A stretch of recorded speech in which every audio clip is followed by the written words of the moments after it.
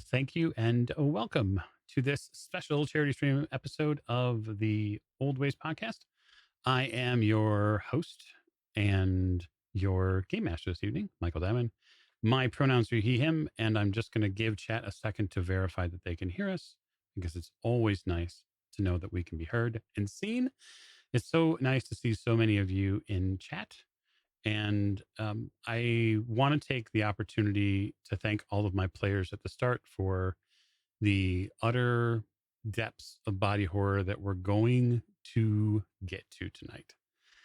So strap in and remember a couple of things at the top. This is a mature show for a multitude of reasons, not just because of the people I have on stream with me. Some of whom have not yet got a chance to appear on stream, so we're happy to have them in. But because we are going to be playing Mystery Flesh Pit National Park, and that means we're going to have to dig into some, interesting lexicon. So why are we here? I want to talk about that really quick. The reason why we're here is because we're raising money for Lupus Foundation America. And while I am not personally directly affected by lupus, millions of people are, right? And so if you don't know what lupus is, it's an autoimmune disease. It occurs basically when the immune system, which normally fights off infections, chooses to attack the body's own tissue and organs. And that symptoms can vary pretty widely. So they can range really from mild to life-threatening. They can induce fatigue, skin rashes, fever, inflammation of all sorts of internal organs. It's not fun. And the other thing you need to understand is that essentially 9 out of 10 people who are diagnosed actually with lupus are women. And the age ranges from 15 to 44. There are also certain racial or ethnic groups that are more likely to have lupus. And they can be potentially people who have family members with lupus or autoimmune disease. There's all sorts of ways it can be. And the worst part and the toughest part is that getting a diagnosis for it can be really challenging because symptoms of lupus often mimic or can be seen as other diseases. And so it can delay an actual diagnosis. There is no cure, and that's what we're fighting for. It can be managed, and Lupus Foundation of America has the ways to do that. And we are raising funds for them to help more people get a proper diagnosis and find treatment plans for them. So it is in their honor that we're playing tonight. And if you have the opportunity to donate or share our message, we'd greatly appreciate it. Okay, so with the propers out of the way, I want to get to my cast. And so to do so, I'm going to turn to my right and let the first player introduce themselves. Hello, I'm Nate. I'm your friend Nate on the Discords, where I cause as much chaos and havoc as possible. Help as possible. Tonight, I'm playing TJ Macklin Jessup. TJ to my friends, TJMJ to my family. None of these chuckleheads are my family.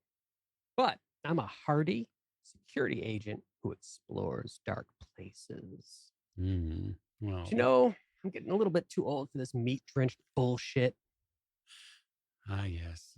Yes, you are. But once more into the breach, my friend, it seems your path leads back to the national park that you were once a part of. So next to Nate. This is Morgan, and I'm an Old Ways podcast cast member, and you can usually find me on the Discord. And I am playing Teddy Twigs, an inquisitive ex park ranger who learns quickly. Our pronouns are she, her, and I am so excited to be coming back to the national park. Maybe I never left. Maybe I just stayed there the whole time. Certainly possible. Okay. So next to Morgan. Hi, I'm Rena. My pronouns are they, them. And tonight I will be playing Mac Mickelson, pronouns he, him. Mac is a chaotic security agent who moves like a cat and is also very excited about going back to this particular park. You should be. You should be indeed. There's an awful lot of things in the park that just somehow get your motor going. And we'll hopefully get a chance to explore some of those tonight during stream. Okay, so next to Rena. Hi, this is James. You'll find me on the Discord under Doc S or various art projects or hiding in a small cave. Tonight I'll be playing Gerard Gus Grisham, who is a mechanical engineer who mines for Anodyne. And he's very focused on getting back to this place. Very focused indeed. Yeah, he worked here for quite a while. Indeed, you did. And now you're very focused in getting back. And so now I'll say, last but most certainly not least, Hi, everybody. This is Valley Girl Heather. Valley Girl Heather, generally, I can be found on a number of groups, but the Old Ways podcast will always be my first beloved home here on the Twitch Ways.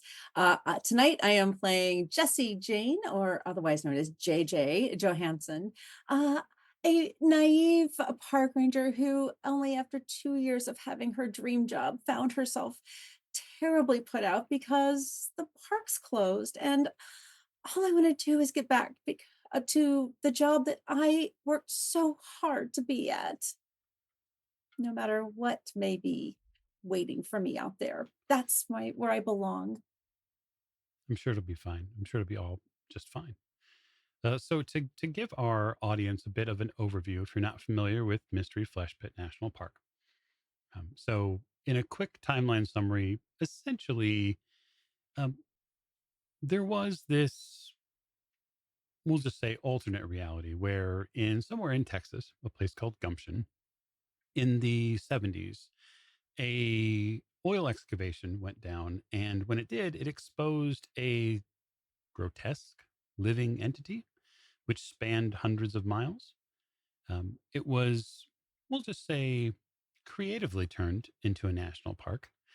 And as it evolved with the assistance of the Anodyne Corporation, it was able to harvest certain resources and many facilities built up nearby, including hotels, even restaurants. It became a massive tourist destination.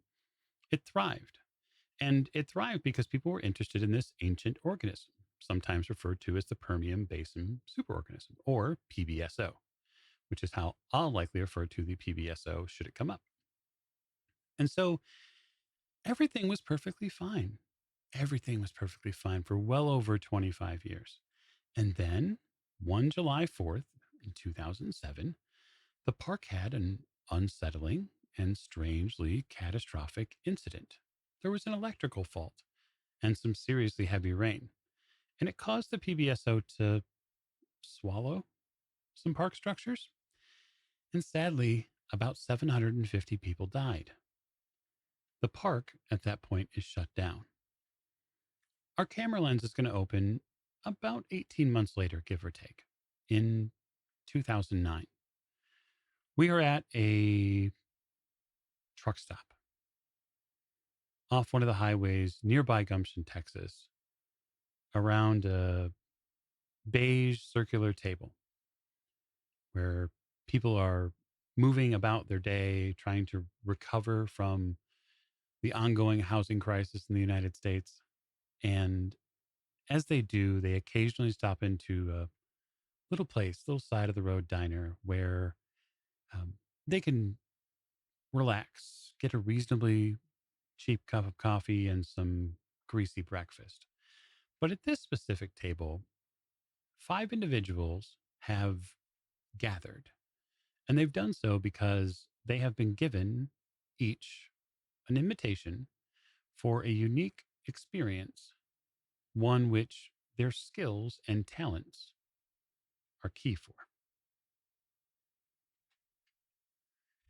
And so, what I want to do, if we can, just through introduction order, is give our players the opportunity to explain to the audience maybe what their characters look like, how they might envision them in this state. It's been about 18 months or so since you've been on the job.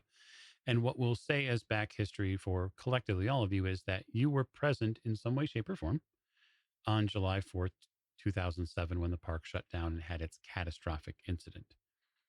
What you make of that and your involvement or the effects it had on you, your game master will leave with you. You have complete narrative control in that regard. And so, Nate, if you could tell us give us an idea in the audience of what your character looks like, maybe how they hold themselves, that sort of thing, maybe what they've ordered. Have to make this up right on the fly, huh, Mike? TJ, stocky man, late 50s. I'm going to say 5'11". That's a great height to be. Probably 6'1" when he was maybe in his 20s, 25. Possibly played some football or something in the past because he's got that look about him. And he's also got that sort of hinching limp, a little bit of maybe a knee injury, or maybe a hip injury, or maybe a back thing when he walks. So both of those things go hand in hand. Graying buzz cut, deep set eyes. I keep my glasses in my shirt pocket and I put them on frequently to see things, but I always take them back off, put them in my shirt pocket. I get annoyed when people mention that that might be a habit that might be sort of related to vanity or a resistance to getting old. Square jawed. In addition to the limp, I think TJ has a scar that runs from underneath one of his ear lobes all around underneath and across at the bottom of his neck and almost to the other side of his face. And it's fresh. It's about 18 months old or 18 months healed. It was a souvenir from that event that we were all part of. I am digging into a big old plate, 3 eggs, scrambled, hash browns, gravy on top. And I asked for the extra onions, browned onions, which came out blackened, and that was fine with me. And I'm chowing down. Love it. Okay. Morgan, give us an introduction, if you would, a visual introduction to the character. What are their mannerisms? What are they wearing? What are they eating? That sort of thing. Well, Teddy, she's got this blonde curly hair. It sits around her shoulders, big blue eyes, um, really freckled skin and tan because she's, spends a lot of time out in the sun. Um, when she left this national park, they just moved her to another one. And you know what? It's her life and she is happy to be back and she really, really, really, really, really believes in the state park and the flesh pit. It is very close to her heart and it did nothing wrong. It's probably close to your heart because you've been subject to eating some of the flesh meat. We all know you're probably a person that probably. I'm a naturalist. Yeah, I think that's a nice Yeah. way to put it. Yeah. She's got a bandana help pulling back her hair. You can see the curls puffing out underneath. She's wearing a she's probably wearing a flannel shirt. Oh, wait, what month is it, Mike? It's very important. I'm going to say that it's February. Oh, okay. But it's February. It's February in Texas. Yeah. Yes. So she's wearing a flannel shirt, long sleeve, light with a tank top underneath, jeans, and I'm not watching chat because I see people's faces. Wearing jeans, with some boots, with hiking boots, and she's got a bandana around her neck. Yeah, because it might get hot. She might sweat, might need it for something. It always needs something in an emergency. And she's really hyper focused on her avocado toast. Avocado toast. How perfect, pitch perfect 2009 But of you. it's organic wheat avocado toast. So it's organic way. Because Is that what they told you? It's probably what they Okay. told me. And, fresh squeezed orange juice, right? They went out to the tree outside and picked it and told me it was fresh squeezed. And I am so excited to be here, but I'm really focused on my avocado toast. I love the sheer delirium that character is likely subject to themselves to. I think it's really fresh and new. Okay, so Rena. Mm-hmm. So Mac is a tall, about 6'2" man, lean kind of. He moves with a very sinuous sort of grace. He's also extremely quiet. The rest of you didn't even notice he was there until he said something. Just coming up behind you, you didn't hear him moving at all. He's wearing dark clothes, blacks and greens and browns, with a leather jacket, a nice vintage leather jacket that he treasures very deeply over it. He's got a buzz cut, very similar to TG over there, and deep set gray eyes, always watching everything. He's got this kind of slightly amused smirk on his face at all times. You can never quite tell what he's amused at, but he is definitely amused by things that are going on. And he is looking forward to going back to the park. He occasionally brushes at this bullet wound he's got in his. You can just see peeking out over his shirt, like this mostly healed, maybe 18 months healed sort of scar he's got there. Occasionally, just sort of brushing it with his thumb. And he is devouring a chicken fried steak and so many cups of black coffee. Just cup after cup after cup. He probably never sleeps considering how much coffee he drinks. Yeah, totally believable. Totally believable. I can imagine Max shaking at the table. Okay. So, James. Well, in the corner of the booth, taking up a very small amount of space, is I won't say rail thin, but I mean, he's smaller in stature. He is wearing a fairly stained old tie-dye shirt that looks like at one point it might have had a Grateful Dead logo at one day about a decade ago. He is currently tinkering with something that occasionally makes a little puff of smoke that smells, and he wafts away and mumbles an apology. And he currently has a shake glass. It's filled with a concoction that he brought with him and poured into the glass and then asked for a glass of water. You can't trust anything they put in the food now, man. You gotta do it yourself, you know? Okay. Love it. And then Heather to round us out.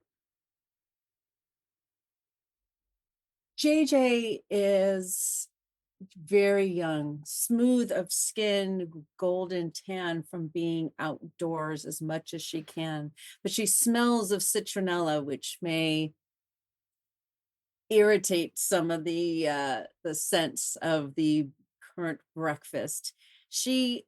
Her golden brown hair is long and not necessarily unkempt, but generally left kind of in its natural form outside of the braids that tend to kind of hold the top layers in place and away from her face. You'd almost, by looking at her, seem like she is a young 20 something out of a much, much earlier time, the way back in the 1970s.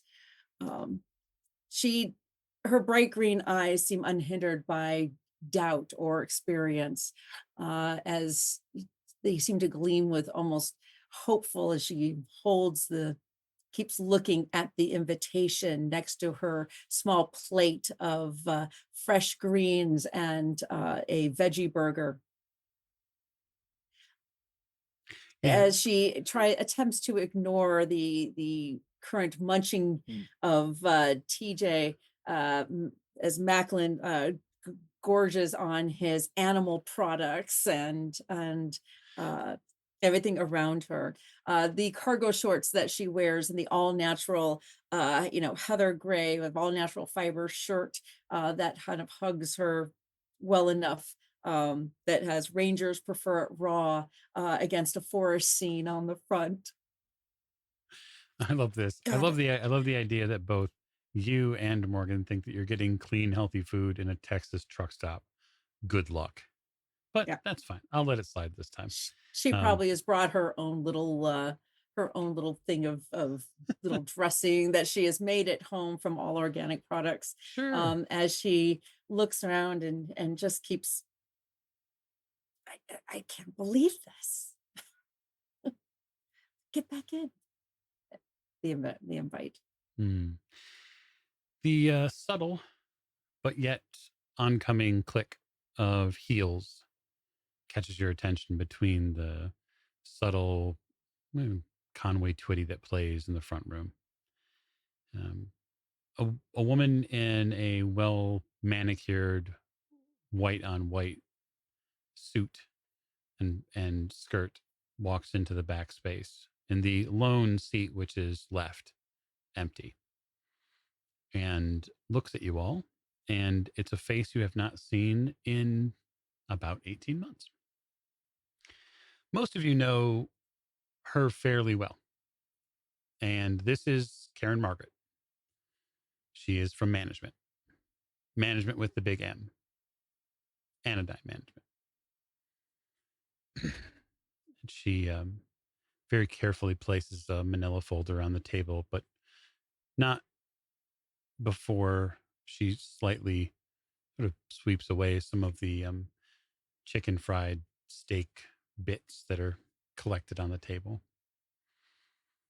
It's very wonderful to see you all again. I'm glad that you were able to make it here.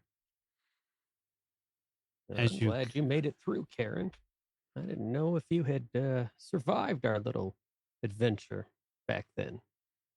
Well, management has offered certain perks, including emergency vehicle services. But you are right. An awful lot of people didn't make it. I think what we want to do is get right down to what needs to be done and what Anodyne is willing to do to make it worth your while. I don't know collectively where you've all landed financially, but clearly losing your job at the park has not been simple or easy. But I can make all those issues go away provided you can do one thing for me. I need what is in this folder. I need it retrieved, and I need it tonight.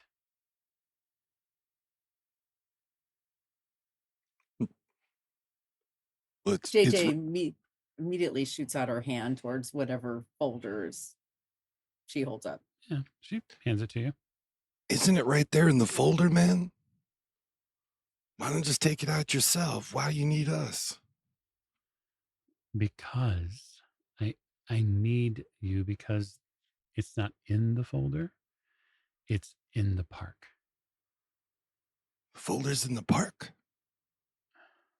No, this is, as JJ opens the folder. So what you see in the folder is a seemingly nondescript red, like double wall thick briefcase.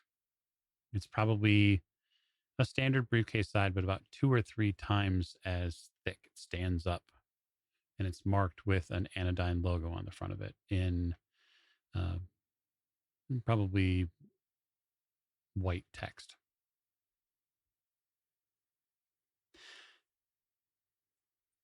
Management is interested in retrieving the case for a number of reasons, and they're willing to pay each of you a fairly lofty sum to secure it. For obvious reasons, we are not allowed to go back into the park open.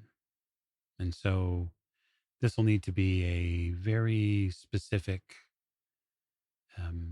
type of insertion. You understand, I'm certain.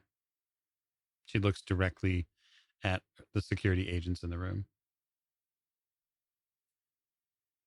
You're talking about a legal insertion, Karen. I think legality is questionable at this point. But what isn't to be questioned is Anodyne's commitment to you, the employee. And so I can tell you all that provided we retrieve the case from you this evening, we're willing to give you back pay plus expenses for 18 months immediately. So that's what you pay for us to go in. And then what are you paying when we come out with that case for you? She smiles. Provided we get the case intact and unopened, we'd be willing to pay a bonus, 40% on top of your 18 months of back pay. What It's about recommendations to a new job? I mean, there's got to be other parks. certainly the company is willing to write you whatever recommendation we can to other park services. Oh, well, okay. It's a case. That sounds easy enough, right? We could do that. Glance at Mac. I'm not going to say anything.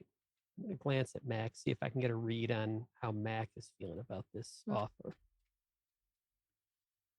Mac is kind of leaning back against his seat. He gives you a side-eyed look and a slight nod. Does anyone else wonder if there's a correlation between the percentage offered and the percentage of success of something like this, man? I mean, am I the only one who thinks that 40% seems a little low? Or It's a maybe case. I mean, how hard could it be? Well, listen, I am not a detective, man, all right? So I don't know. Don't take my word for it. And points at Mac, and TJ wipes some syrup off of his Coke bottle glasses. Mac is giving TJ a side-eye look as if, who invited this guy along and why? Yeah, Karen, I think I have a question. How did you assemble this particular team? Records, mostly. All of the park records that were considered mission critical for phase 2 were transmitted just about the time the incident occurred. It's a failsafe. And so we gathered the park employees we thought would be the most useful, given their knowledge, experience, and willingness, and then invited you here to this sort of gestures in a half-hearted measure establishment. I don't know. It sounds like a pretty groovy way to spend my afternoon. Teddy looks up from her toast and sees Karen there. Karen, it is so good to see you. She smiles at you. Did I hear something about money? Karen, honey, what can I do for you? Oh, it's in that folder. She points to the folder. I need you to go get it for me, okay? You know a ton about the park, right? Oh, yeah. Hey, JJ. Yeah? You got the folder? Do you have the folder? Can I see the folder? Yeah. Yeah, look, it's a case. I mean, it gets us in the park, right? We go back in, we can check things out, we can just kind of see what we see. We grab this and then we get money and we get stuff. I mean, I don't see a problem with this. It can't be all that bad. We'll be fine. Does it say where the case is? Or does it say in there? Coordinates or anything? It's not exactly coordinates per se. We have a relative position about where we believe it to be. And it's not necessarily going to be the easiest place to get to, but given your knowledges, I think that you'll do just fine. So you remember where the visitor center is, guest services? Oh, So yeah. it's perpendicularly on this sort of diametrically opposed portion of the park. So right about where the rim trail loops on the southeastern portion of the park, that's where it's at. Anybody catch that? What, are you not listening? Yeah. You know this park. The park's immense. How are we going to find? It's 100. What do we think? 50, 100 square miles? It's pretty You, large. you have a general area where you know this briefcase is? Mm-hmm. And when you get into the gastric area, you should be able to turn on. She goes into her suit coat and takes out a canister. You should be able to turn this on, and the briefcase beacon will respond. You've got a tracker. Okay. Okay. Of This is all course, becoming a little bit more doable then.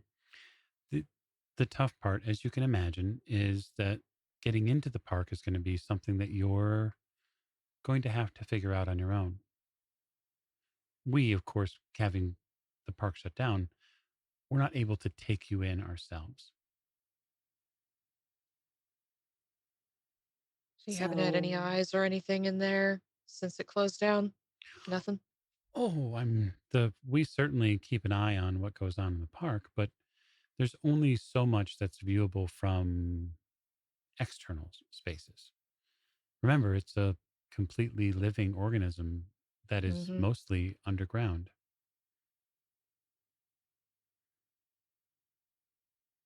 I was just wondering if you sent in other teams before to try to retrieve this thing and it didn't go so well. Says with a slight edge to the smirk. Oh, I mean, not that I would divulge here in this meeting. That's what I thought. Thank you. Karen, this all sounds lucrative. Is there any wiggle room on that pay? 'Cause some of these kids here, they've got a lot of life that they're risking here for this briefcase of yours. I think that 18 months of full back pay plus a 40% bonus of getting it now is pretty good. But if It we is. It's need, good for me. I think it's good for Mac. I'm looking at Teddy, JJ, Gus.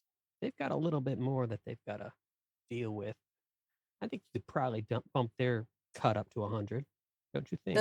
those student loans are pretty ruthless, gotta o- say. okay, so I love this as maybe our first challenge resolution when it comes to the Cypher system. It's a fantastic idea to sort of showcase how the system works and give everybody a bit of a walkthrough. So, when you're in a social combat, as this is we're trying to get more out of our potential, buyer who's trying to buy services from you, and Nate's going back and forth here. What I'll say is that we would set the difficulty at the tier of the character you're interacting with, right? So challenge ratings, tiers, etc. Numbers are basically going to go from roughly 1 to 10.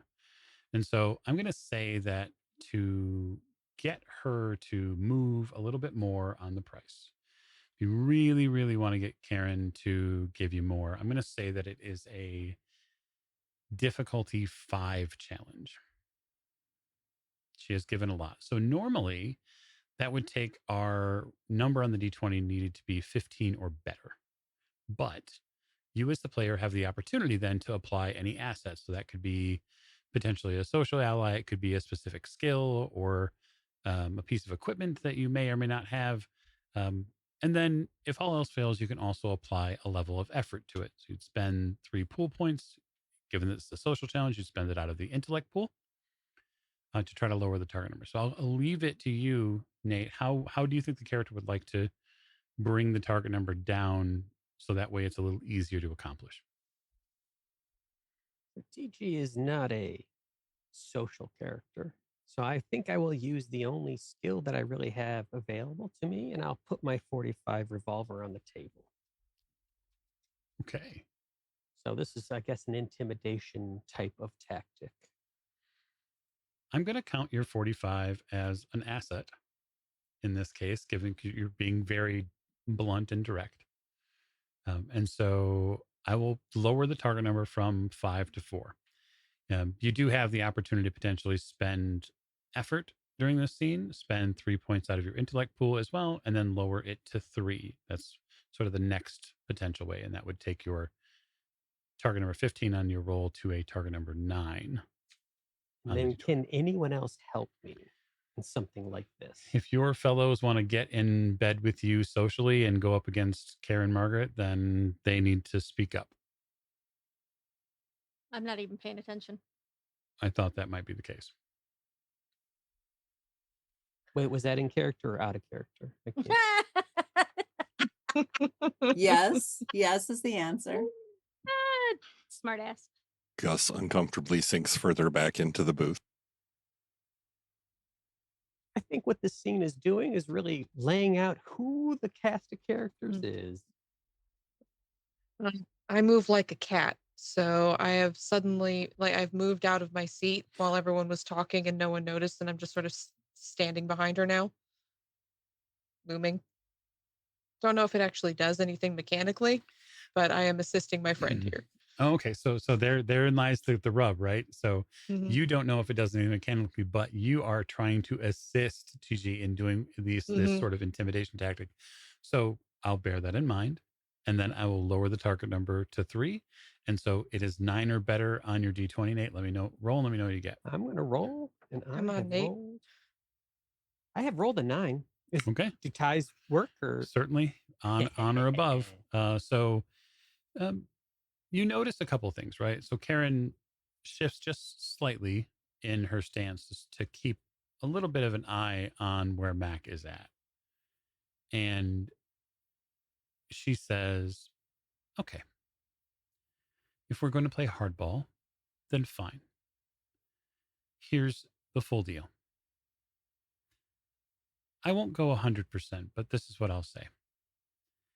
I'll say that I'll go from 40 to 70. Everybody should be well taken care of at that point, and any more gunplay should be off the table. Anodyne is, after all, your corporate home. Hey, Sounds fair to me. Hey, come on, guys. Put your weapons away, man. Ain't no. You don't need that. That Always is been digging not. into my side, Gus. That doesn't mean anything. Karen, that sounds great. And I'll take the revolver. I'll put it back in my holster. Yay. We did it. Okay, so when do we go? Well, I happen to have a vehicle outside that can take you into range of the park. And thanks to the landscape, it'll be able to drop you at least close. And then it's a bit of a walk from there to the park fence.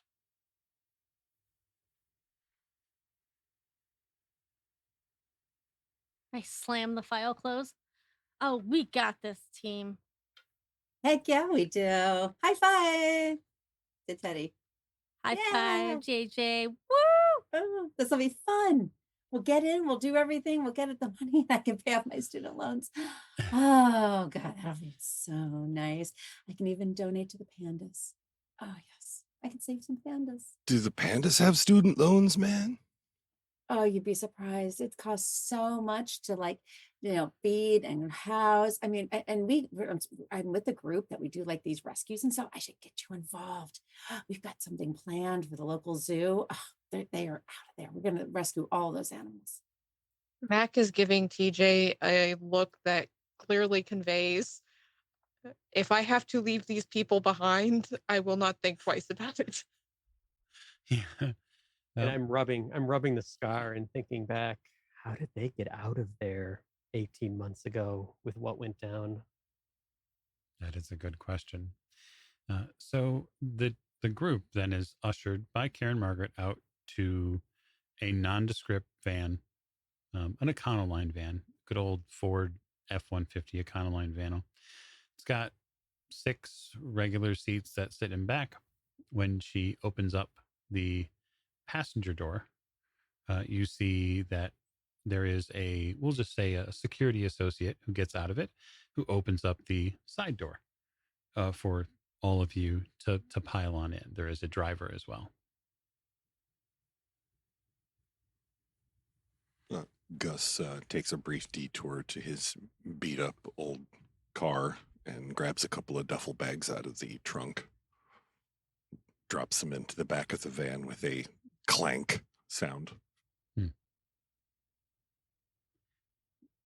Once everybody gets gathered into the van, the security guy goes back to the front passenger seat, and Margaret stands at the open sliding door on the side of the van. She says, I wish you all the best of luck. Enjoy the park. I'm sure it's missed you. And we've missed it. This will be great. We'll see you tonight. Okay. I'm gonna wait and lean into her when everyone else is sort of, if anything happens to her, I'm going to visit you just like I'm visiting this park. And then I'll hop in with a smile into the van. Okay. Shut the door. Margaret, Karen Margaret does not get in the van. She walks off and probably gets into a Jag and then drives away. But that being that that is said, the group is hustled down a dusty 2-lane road, of which in Texas there are many. You eventually leave the pavement for a gravel road, and you begin to see in the distance, you begin to see the outer bands of this space. The varied sort of level of the ground changes. And then you see stuff you really haven't seen in a while. Not only the fence, which is in the distance, but there also seems to be a lot of airborne things. There are things flying through the air. They look mechanical. This is still yet again off in the distance. The drivers park by a rock formation, and you hear the guy in the front passenger seat say, "This is your stop."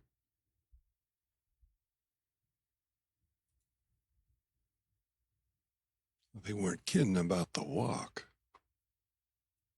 Oh, that's okay. Walking's good for you. We'll get our steps in today. Gather our stuff. Thank you for driving us. Appreciate it. Are we there? Yeah. Are we there? We're there? I mean, pretty much. All except for the hike inland to get to the park. Yeah, you're there.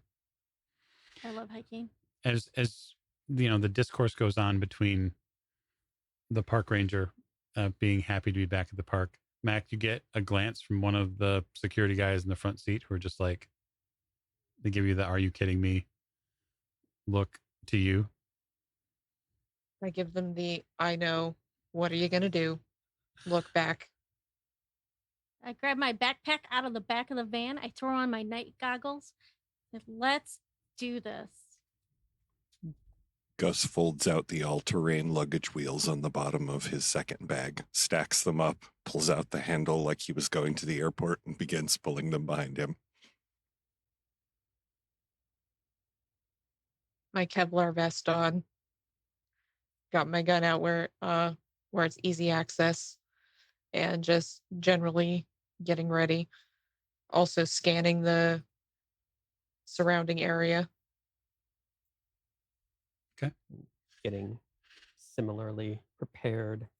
I also grab a large camouflage tarp out of my backpack and have it ready, and then put the rest and secured on my back. Okay. Canvas backpack with I make sure I grab one of the Anodyne, the first aid pods, to make sure we have all of that. I've got my cargo shorts all loaded up. I make sure I pull out some very all natural, non-chemical based bug spray and all over head to toe. So the smell of citronella wafts into everybody's nostrils. You're basically tasting it from over your breakfast of whatever you had. As I sprayed, heavily, no DEET, because we don't do DEET. DEET causes cancer. That's not natural. And as you're thinking that, DEET wafts over as I spray myself down quickly and effectively and efficiently with a DEET-based bug repellent. Offer it to Mac. See if Mac wants any as well. Oh, absolutely. I'm more the rubbing better. leaves from nearby on my body as a natural. And coughing. So what I need to know from the characters really is how they're going to plan on their approach. And so I'll give you a little bit of narrative descriptions how I see the park lead up in this era. So it's been 18 months And as a living organism, the park doesn't really stop moving. It doesn't really stop undulating and growing. It does things. And even if those things are small or maybe infinitesimal on certain spaces or locations, the park is a living organism. And so it does stuff. And if you think about just the simple enclosure in a zoo, say, that let living organisms live in and what they generate over a day, a week, a month, imagine that on a scale of something that's 187 miles around. And so a lot of things are attracted to the park because, well, it's a living organism. And a lot of things happen to that space. And so vegetation, etc., in 18 months has become overgrown. The fence line in some spaces looks like maybe it's not as secure as it used to be. Some of you have optics as part of your equipment packages. Those would sort of easily reveal that these things that are flying through the air look like they're mechanical. You're not sure, but you don't remember Anodyne having any of these. I mean, drone is a word that you all know. And so that's what you assume that they are, but you're not sure if maybe this is the feds that have stepped in to control the park, or maybe it's just maybe in part with, say, the state of Texas. You're not sure.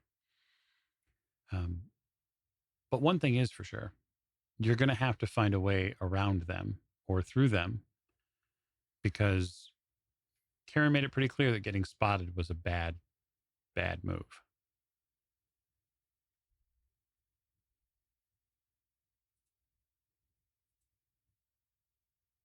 Oh, and just for the player note, so you know, Heather, that pod is rather large. It's about, we'll say it's about at least a meter or two, maybe a meter and a half long. It's like a full on setup. And so So would it have like straps that could be absolutely, utilized like a backpack or Mhm. something? Okay. Absolutely. So what I would do is probably then take out, since most of the gear that I normally have in that backpack is fairly small, I Mhm. start loading up all of my pockets on my cargo shorts. Mhm. Because I pockets everywhere. Because I buy them in the men's department and not the women's department because women's don't have real pockets. So put everything into every pocket on my person. I probably have a vest that have more pockets because yes, and then I will strap it on basically like a backpack, and so I will have it that way. Okay. So I want to observe these flying things, see if there's any kind of pattern. If it's mechanical, it might be that they're being operated on a certain uh can't think of the right word. That's okay. They're moving in a certain way, or if they're on some kind of timer or something, they'd be moving at certain times. So I want to observe for a pattern. Okay. I like that. I like that. Okay, so that's what one person has decided to do. Um, Hmm. happy to have the table open and have a conversation. Um, I s- hey, does anyone have an extra pair of binoculars or long range? I really would like to get a look at one of these birds. No, I'm looking for the best way to get through the foliage. Hmm. Foliage. I have geography. Okay, so that's one method we could potentially use, Yep. and so we'll leave it to the first couple of skill adjudications here. We'll say that, um, I mean, for your character, trying to find if there's maybe a specific pattern to the drones. I'll say that's a challenge rating 4 or a difficulty 4 challenge, so 12 or better. And then for you, Morgan, looking through, just trying to find a place through the vegetation, or maybe finding a way you can get in quietly is actually a little easier. And I'll say that that is a challenge rating 3. But we'll So resolve Rena's first. I'm trained in tasks related to solving puzzles and seeing underlying patterns. Love it. Okay, so we can drop it immediately to 3, Okay. and that's 9 or better. All right.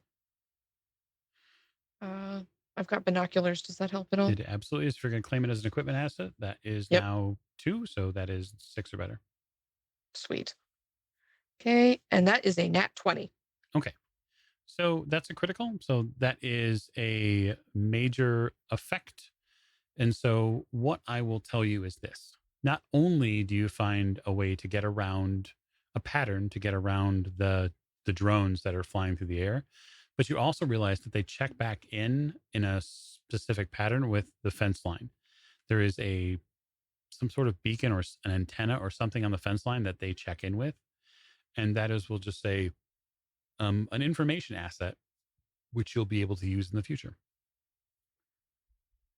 Okay, Morgan. Yes. Said 3. Mhm. I am trained in geography. That takes it to 2. Okay, 6 or better. So 6 or better.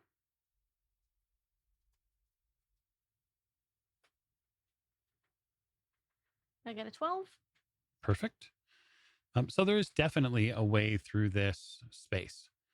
It's a little bit, serpentine, but you could certainly pick your way through different foliage, and then also you utilize some of the rocks to get around a few of these drones. You don't know what you'll do when you get to the fence, and that is sort of the big question, but one problem at a time. So both of the characters here have a viable way to get beyond the first challenge.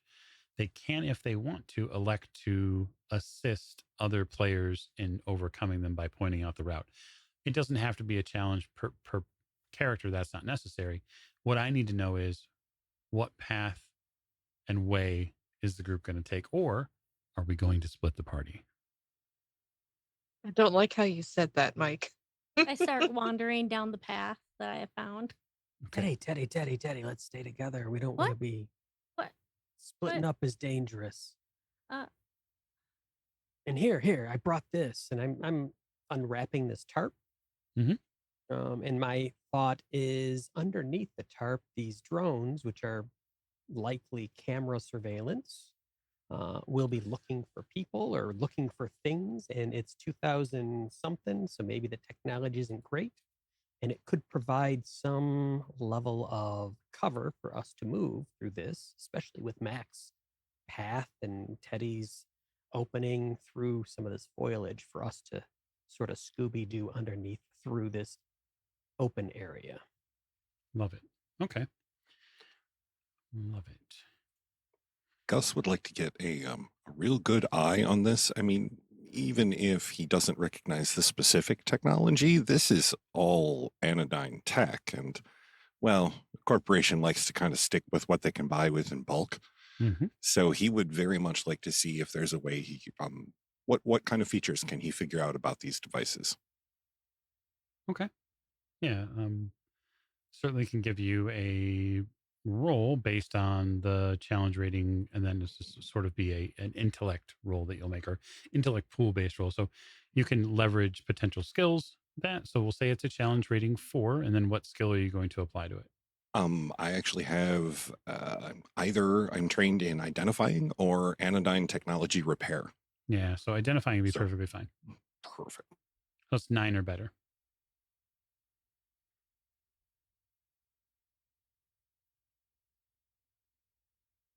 Got a 19. Okay. So you certainly have sort of an alarming discovery.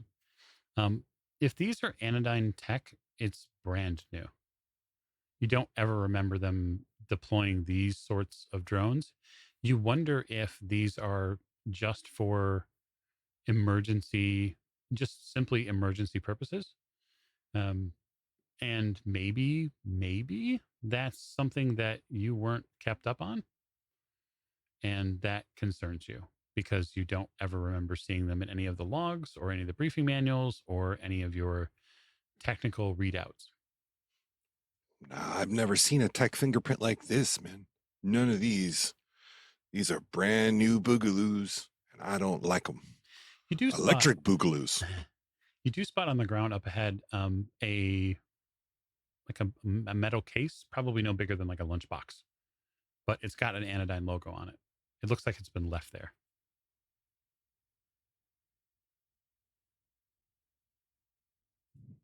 Ooh, did they leave us some supplies or oh, and goes over and starts examining it. Okay. You go over and you start examining it, and oddly enough, this looks like a mess kit. It's a sort of plastic rectangular box, right? It's got a collapsing mug strapped on one side of it. And you start to remember that maybe some of the staff had these. One long side has like these studded spikes, and there's this oval hole with serrated edges in it. The opposite side has a couple of buttons with pictures of like livestock and beverages. Um, you remember hearing about these. You remember that they're used by miners. And when provisions are running low, miners might press them into the flesh and might be able to extract, we'll say, proteins. So that way they can be drank. Oh, this is one of those. Ugh. The, here, and she turns around and hands it over to like either Mac or Macklin, whoever is close enough. Here, you guys would use this. Ugh, I'm sorry, These but camping I kits. just can't imagine eating or drinking anything from an animal, even that. Ugh.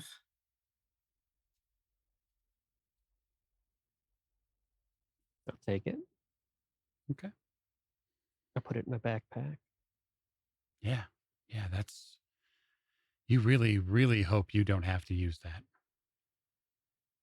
JJ, if we have to use this, it's going to be because we really, really need it. Okay, but not until that moment comes. I mean, there's plenty of other stuff we can forage and to eat in the forest if it becomes necessary. Not Right. once we get in there. Oh, yeah. Yeah. Totally no forest Oh, here. Nope. well, oh, Yep. oh, It's Texas. oh, well, I'm sure I could if deer can eat.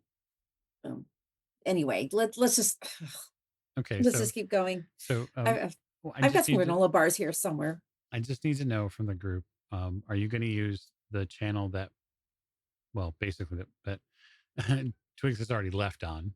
She's moved ahead. Or are you And going I'm to? staying in. If Twigs is moving, I'm staying in visual Okay. contact Okay, with cool. Teddy. Mac, are you taking your own route? Oh, yeah. Love it. Okay. So I'm chaotic. That's what I do. it's true. You're wild. You're wild. What I want to just pause really quick is because we're going to come up on our break, and that break is Twitch infused. And so we're going to take just like 3 or 5 minutes or so. We'll step away. We'll let ads run, and then I'll be hanging out in chat and talking to folks. And then we'll be back with more Mystery Flesh Pit National Park as our former employees go back to get what they can get in an episode I'm calling Back Pay. So stick with us.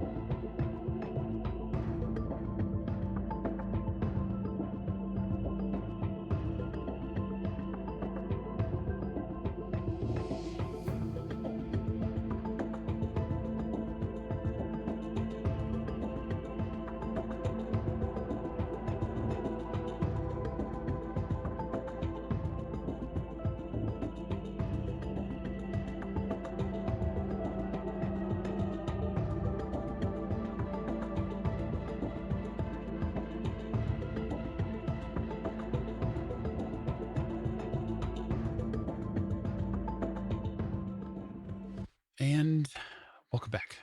We're back with more Mystery Flesh Pit National Park. I'm joined, of course, by my cast here who are absolutely ready to make all sorts of reactions to all the fleshy things that are coming. They're super excited, and so am I. So we are going to get back directly to it. I won't belabor the point, but I will say that we are tonight raising money for the Lupus Foundation of America. I want to thank all of the folks who have pre-stream donated and all the people who donated already during the stream. You are amazing, and you're going to absolutely make a difference in someone's life who is struggling with lupus, which is a really tough road. And there are not many approved treatments for it. And there are very few ways to actually get diagnosed with lupus. But it's about awareness, and it's about making sure that the people who are out there know that there are people who are trying to help them win this fight. Oh boy. Oh boy, that's wild. We totally got just a massive donation while I was talking. So they're anonymous, and I love them for that. So thank you so much. It brings us way closer to goal, and it's also unlocked a milestone. So for this stream specifically, we have a milestone, and that milestone is once we reach it, we're going to do a merchandise giveaway from the old ways to everybody who has donated gets automatically entered. So it's not a lottery per se. It's just a giveaway that once we hit the milestone, we can do it for everybody. And there have been some really really generous people, and we're going to hopefully give them something fun back. I've got some limited edition leatherette journals for the old ways I can give out, and maybe a gaming book or two. Who knows? But it will come from us with love.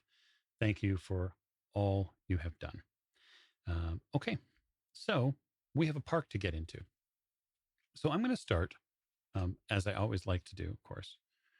I'm going to start specifically with Teddy, who, because she's the person who she is, she went ahead once she found her path because she really needs to get back into the park. Really needs to get back. And I know that TG's on her tail, not letting that girl out of his sight. And so crossing this open space with the left and right, left and right, and left and left to get around, you notice that a lot of the park fencing has been reinforced. And so it's not just a simple, chainmail with occasionally some razor wire. That there are actually, every so often, there are these pillars that have been placed nearby. And at the top of these pillars, there's a long antenna. And I wish I could tell you the antenna was metallic. It doesn't look metallic at all. It looks rather carbon based. I think that's probably the most appropriate way to say it. It does seem to flick back and forth in the Texas air. And every so often, as one of these drones fly by, it twitches ever so slightly. And you hear a beep from the passing drone, and then that drone continues in its pattern. But you see that this antenna on the back side of the tower, you can see that there is this thick piece of, I guess, rubbery flesh that's grown up the side of the tower. And even as you're standing not terribly far from the fence line, you can feel like a vibration in the ground. This is not necessarily uncommon near the national park, as there is a living organism underneath your feet. But I wonder, Teddy, how you might look at tackling the problem of the fence line.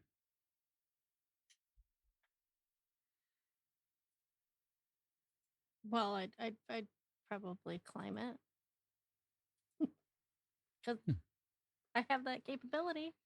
Um, First, she would put her hands on the ground to feel that rumbling Mm-hmm. under her fingertips. Okay. Yeah. She's missed being this close to the park. You know what it feels like?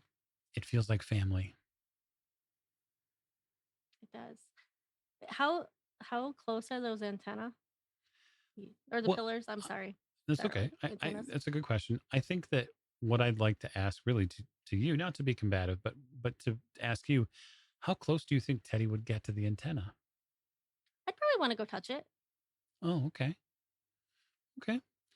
So given that I'm Teddy's inquisitive. approaching, you are inquisitive. Given that Teddy's going to approach the fence, and I can imagine her sort of extending her hand out, knowing that she wants to touch it. TG, is that something you're going to get concerned about Oh, when she? hell yeah. Okay. Teddy, don't touch that thing yet. Didn't you see Jurassic Park? I'm rushing up to try and. I'm not a slow person. I'm not a fast person. I am moving as fast as I can, which is not fast at all, but trying to get your attention. Yeah, well, I have an inability where I tend to fixate on the details, so it makes me oblivious to everything else around me. So Listen, it's not a drawback. It's just the way you are. it Some is. people hyperfixate. It's okay. And yeah, It can be a superpower. or my detriment. This is not a super for Teddy. Teddy.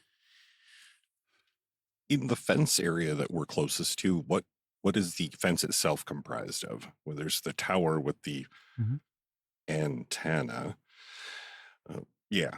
Wiggly, flickery antenna. But what is the fence itself currently comprised of? So the fence does have metallic portions to it. So imagine it like sort of a standard chain link that has been double crossed, like over to prevent, from people being able to get too many things through the actual links themselves. And then at the top, there is pretty standard razor wire that is circular, cycloned.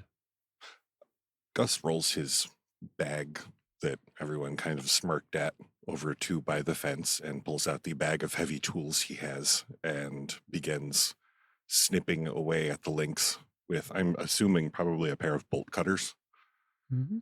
Yeah, you have a tool. Your tools for this, you could certainly find your way through. A modified version of the jaws of life. Getting through the fence line is one thing, but really what you're going to have to do is get through the fence line unnoticed. And you know that as you approach and sort of look at the fence line, you realize that the park has deployed a pretty intricate grid in this fence line that you're going to have to cut around. That's going to be pretty challenging. Not that you can't do it, but it's not something you can get through without making some sort of roll. I would like to make a roll, and I am trained in biocomputers. So in this case, with the or Anodyne technology. I think I'm going to give it to you under Anodyne technology. You're not actually dealing with a biocomputer in this specific sense, but you probably have more than enough familiarity with Anodyne tech to be able to cut around it. That being said, not an easy task. I'm going to put a challenge rating 4 on it, which means with your skill as a way to move that target number down, it's now a 3, so 9 or better on the dice, unless you want to spend effort. You know what? I would like to spend an effort. No one has done that yet, and it sounds fun. Let's do that thing. Here's what you're going to do. You're going to spend effort for this scene, and when you do, you're going to deduct 3 points from your intellect pool. You're going to, when you spend effort, you spend pool, unless you have a ability that gives you basically a free level of effort, and then you don't have to spend pool points for it. But I have Tinker, which for 1 intellect point, I can make a device do something different from its original purpose. In this case, it would be its original purpose would to keep us out, and its new purpose would be to shut up and stand in the corner. But it's really more breaking things. Yeah, I think, again, we can be a little fluid with how we want to play this. And it could be that what you do is less clipping the fence as more as create a hole in the electrical portion of it and make it, instead of a line, now you've made a hole. You've made your own hole for this. It fits just you. Just me. It's my hole. You guys will have to go find one. There's mountainside there. Yes, he reroutes the various, thinking of them as more of a synaptic nerve network. Begins pinning and moving them out of the way. Okay. So I'll call that again. Still challenge rating 3 because you're using ability rather than that. So with your effort and the pool point spent, then I'll make that a 2, so that's 6 or better on the die. Got an 8. Okay. So it takes you a little bit. So those of you who might be in and around that space, I don't know, James, is your character with TG and with Twigs, or doing that in that area, or did you follow Mac? I followed Mac. Okay, fantastic. Mac seemed like they knew what they were doing, and they seemed very, focused and almost militant. So that usually they know what they're doing. So yeah.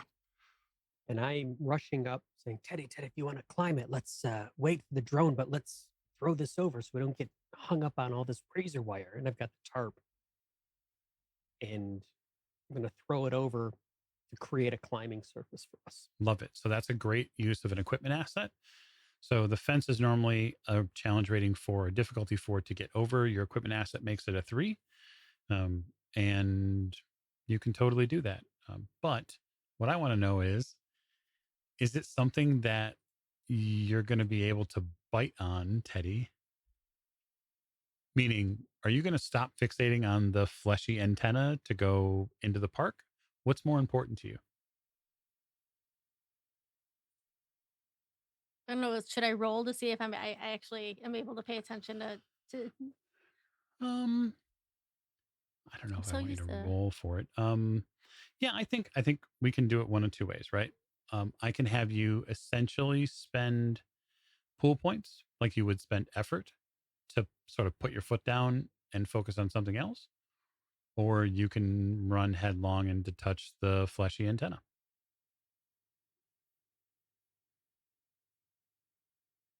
um Hmm.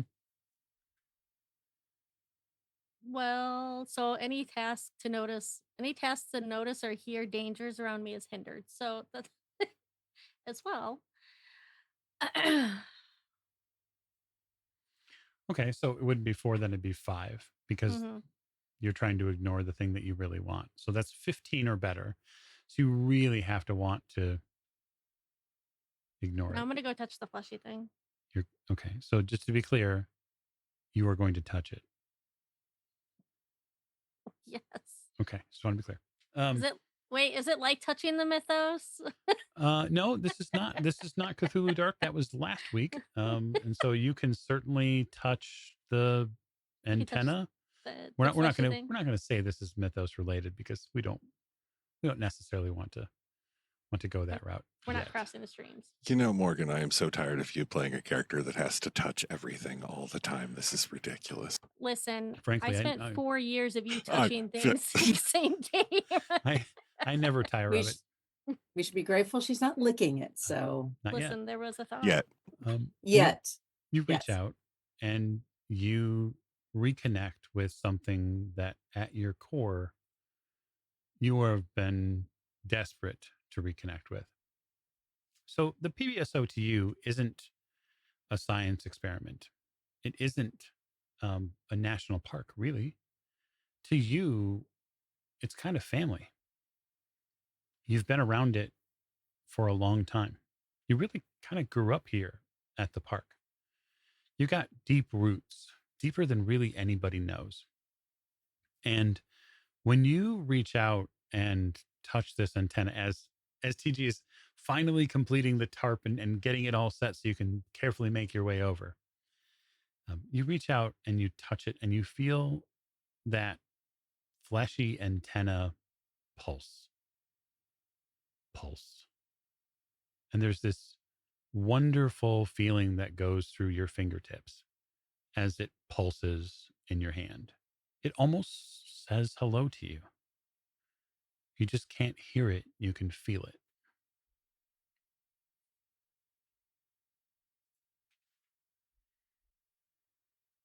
I hug it. You hug it.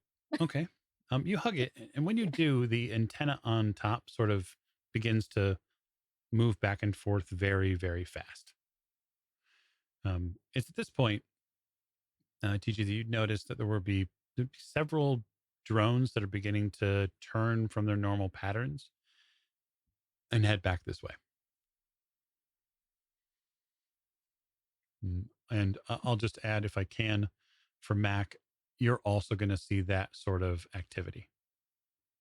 something has set the drones out of their pattern. Mental facepalm. It's Teddy. You know it. I know it deep in my soul. I know it. Oh, no. And I'm going to stop what I was doing. I thought this was what we were focused on here, but apparently I made a misstep and turn back and grab Teddy's arm and pull her away from this thing, saying, "You're calling these drones, they're going to kill us." So the nice part for you, Teddy, is that now that you've touched it, your fixation can ease a bit. Yeah, I turn around. What? What drones? Well, TJ, why didn't you tell me? And don't answer that. I don't even pay any attention to it, because if I do, I might shoot you. And then I pull into, is there any sort of covered or anything around outside of this fence area? Or are we Yeah. just out in the open? Yeah, there's you're mostly out in the open, but you could probably duck behind this rock that's right over there. Let's duck behind this rock right over here and pull Teddy out. And I'm going to pull out my revolver and wait to see what happens with these drones. We haven't crossed over. Maybe they only sweep the internals inside. So you watch them for a little while.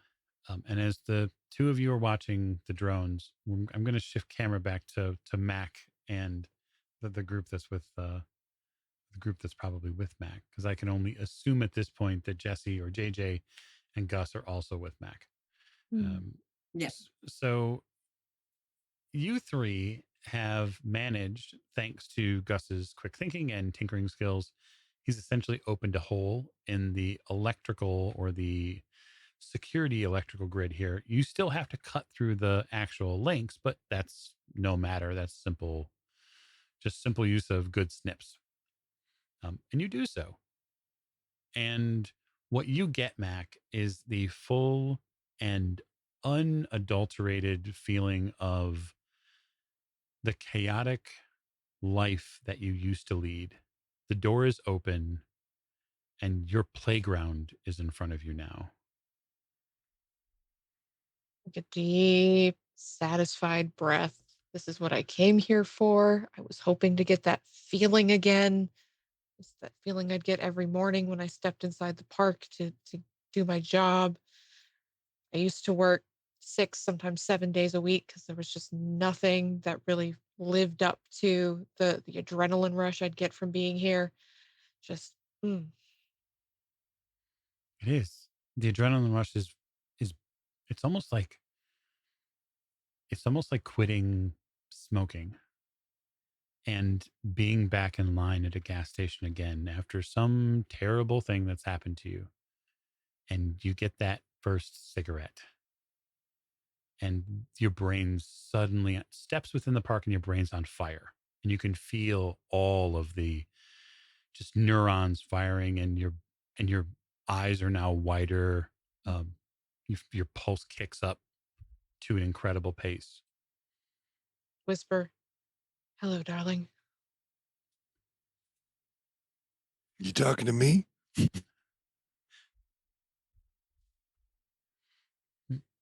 Never. Should we, Lori, do we wait for the others, or should we just, I don't know. I mean, it's so good to be back, but I'd like to keep going, but I don't know what happened to him. Mac is already moving. I, He's just going. okay. Stumble forward. Yeah. What about you guys? Gus takes a moment or two to carefully bring through his equipment through the hole. It's not going to come through easy, of course, but he's not leaving it behind. And then he toddles off after them like an overstuffed bear, only very small and kind of hunched over. Wait for me. Yeah.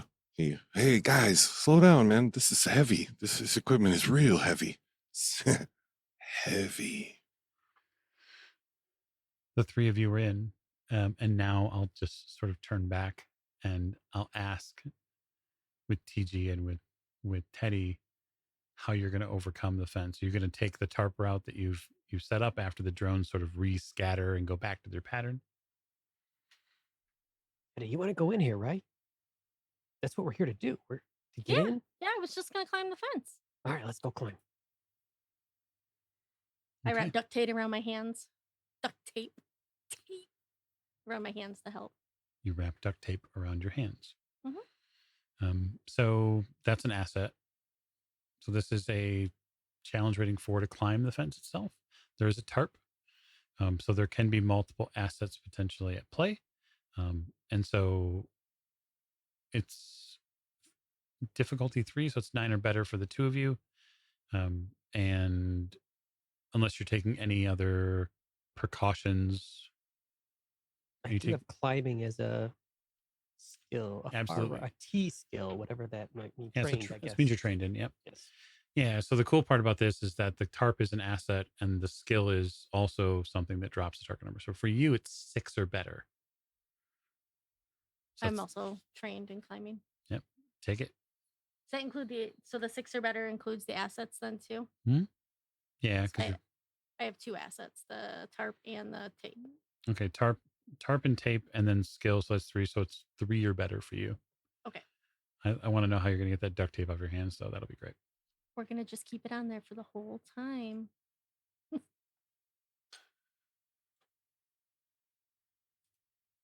I got an 8. Perfect. And I also got an 8. Good enough. The two of you climb over and into the park.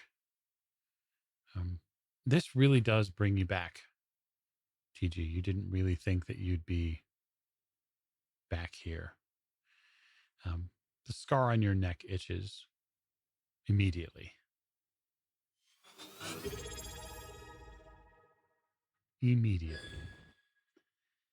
And as it does, there's something here in the air that just reminds you that there's a lot of unfinished business in this place, and you're going to be a whole lot better and people just get the case and get the hell out of here. I lost a lot of friends in here, Teddy. I'm not really that happy to be back. Oh, the park didn't mean it, TG. That doesn't really matter to me. I mean, they're dead either way. Yeah. It's like the Lion King and the Circle of Life. Yeah, where Scar throws into the and kills the dad. That's how I feel about it. No, I get it. Have you seen that movie? Aren't you old? Yeah, but I think it was on TV once, maybe, or maybe it was a commercial. I don't know. Should see it. It's So with that warthog, right? With the teeth and things they sing. I think I know it. Mhm. We're having this very important conversation. Can you as we're can you sing moving me a into few this. bars of Hakuna Matata? Yeah, Hakuna Matata, right? God, this place still smells like meat, which makes sense.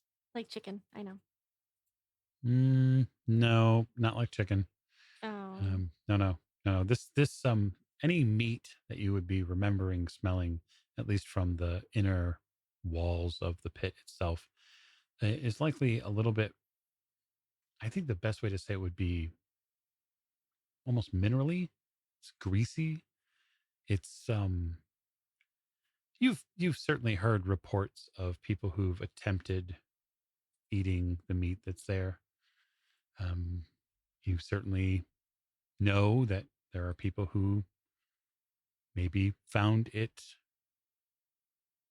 tasty. They're few and far between, though.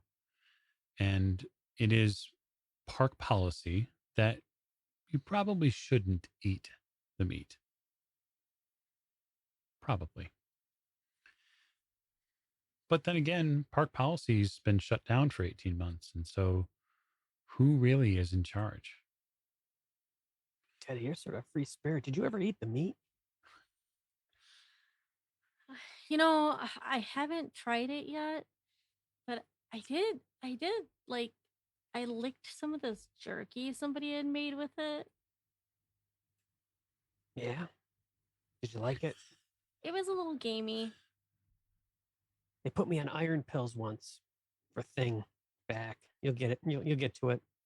made me throw up, and it was maybe about a year ago. That's the first thing that really made me think about this place. Just that smell.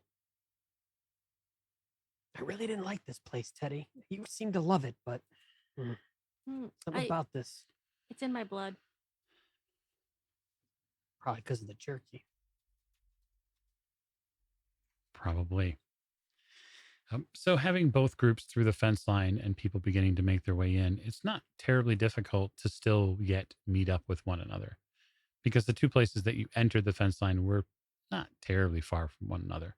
And frankly, given that JJ is lugging around a first aid pod, she is not hard to miss, given the colors. That's a dead giveaway. But then again, it's also a pretty powerful healing implement if it's deployed. I wonder if the group comes back together, or would you like the two of them to stay separate? We should come together. Mhm. Just seeing Mac out in front, like a good bit ahead of the other two, just like moving without and looking back to see if the others are even following him. Well, JJ would probably be keeping pretty close to you. So with her enhanced speed, she's pretty fast, even though she's Teenage Mutant Ninja Healer, the pod on her back. So she's probably rattled, trying to talk and make conversation and pointing things out around. And, the stream of consciousness is probably starting to wear on you already, because she does that. Oh God, Teddy, I can hear JJ from here. Are you sure you want to get back together with that group? What? Can't hear her? Listen, something about. So let's see. I mean, I looked at all those colleges, and I swear, I mean, I really did. But the environmental program is really good at one, and then the animal husbandry and really good at the other. I mean, school loan what do stuff you again, think? I Teddy, mean, I but swear. I mean, if really it keeps you out and like going to the field, and then I kind of was thinking, maybe I would go and like live in a commune somewhere, and then I could like really get into my gardening. But then the last commune I went to, like they were growing like substances, and then it was rated, and it was like crazy. And then the tofu that we were making, like actually was like had what was Teddy, it? I bet you $5 Something like that Mac botulism. shoots her before we're And done. I don't know. I mean, I kind of put me off of tofu for a while after like the third time I got like food poisoning from it. But it was kind of tasty. It was really Man, kind of you a know good what? idea. Gus But then we might went to even shoot her. tempeh. I'll bet you $10 Gus shoots her. The tempeh, I mean, I don't know. It's not like seitan. I don't know. I think seitan's pretty heavy. But I mean, when you try to do like mushrooms and like the whole mushrooms and that they're supposed to like Gus is still use holding instead of the bolt cutters and looking at Jesse for a moment, and then realizes he's clenching them fairly tightly and puts them back in the bag. I mean, mushrooms. I mean, some kind of really, squirrel. Mushrooms can't like mushrooms really are supposed to like be like they're supposed to be like the meat for vegans. And I gotta admit, I mean, I don't want anything to do with meat and everything else, but mushrooms can get kind of heavy unless you like really cook them right. And then you have to have the right kind of mushrooms. I mean, do you do like portobello? Do you do like, which is really like there's mushrooms and then there's mushrooms, and then it's like portobellos are just like mushrooms. It's kind of like the difference between scrambled eggs and quiche, where it's like eggs and then you have eggs and then there's everything else. So. All right, enough. Anyway, she goes on. She does. She also trips. So you fall immediately flat on your face when you trip over something. It's half buried in the trail out here. The groups have managed to link up on this trail that goes all the way around the park, but there are several different entrances, and you trip on something and sort of fall ass over tea kettle. The pod stays onto your back, and that is bad for you because you get completely unbalanced because of the weight. All of you see Oof. It goes quiet. That's how you notice. Oh God, what? Ow. What the heck was that? I thought I looked. And she goes and kind of looks over what may have done this for her. So there's another box that's sort of on the ground here. It's got Anodyne's logo on it, and it's half buried like in the rock and dirt that's here. A lot of the ground here is malleable. That's important to remember because now you're in the park. And so the outer space of the park itself, the ground is very flexible.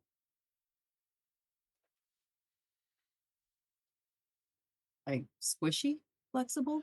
Maybe in certain parts. Hard to say. Gus clears away some of the, we'll say, I guess if I'm reading the room right, epidermal sheath away from the box. Yeah, I think that's a great idea. Don't say sheath. It Gus. pulls out something very akin to a battery operated turkey carver out of the bag, using it to slice away any tendon like bits before to get to. It's not the tendons really. It's like imagine peeling away like a thick casement of like chicken skin off of meat. Okay. There's a little juice that comes with it too. And so like when you break the corner with the cutter, and let me tell you, nobody makes a handheld electric knife like people that deal with Thanksgiving. And there's sort of a corollary here. It's really great for you. You peel it back, and there's juice that comes out. It's not water, you don't think, but the box itself sort of schlups out of this pocket of fleshy ground, and there's an Anodyne logo. It's a little decayed, but the box seems pretty secure. He pulls the box away from the wound, I guess. Oh, yeah. And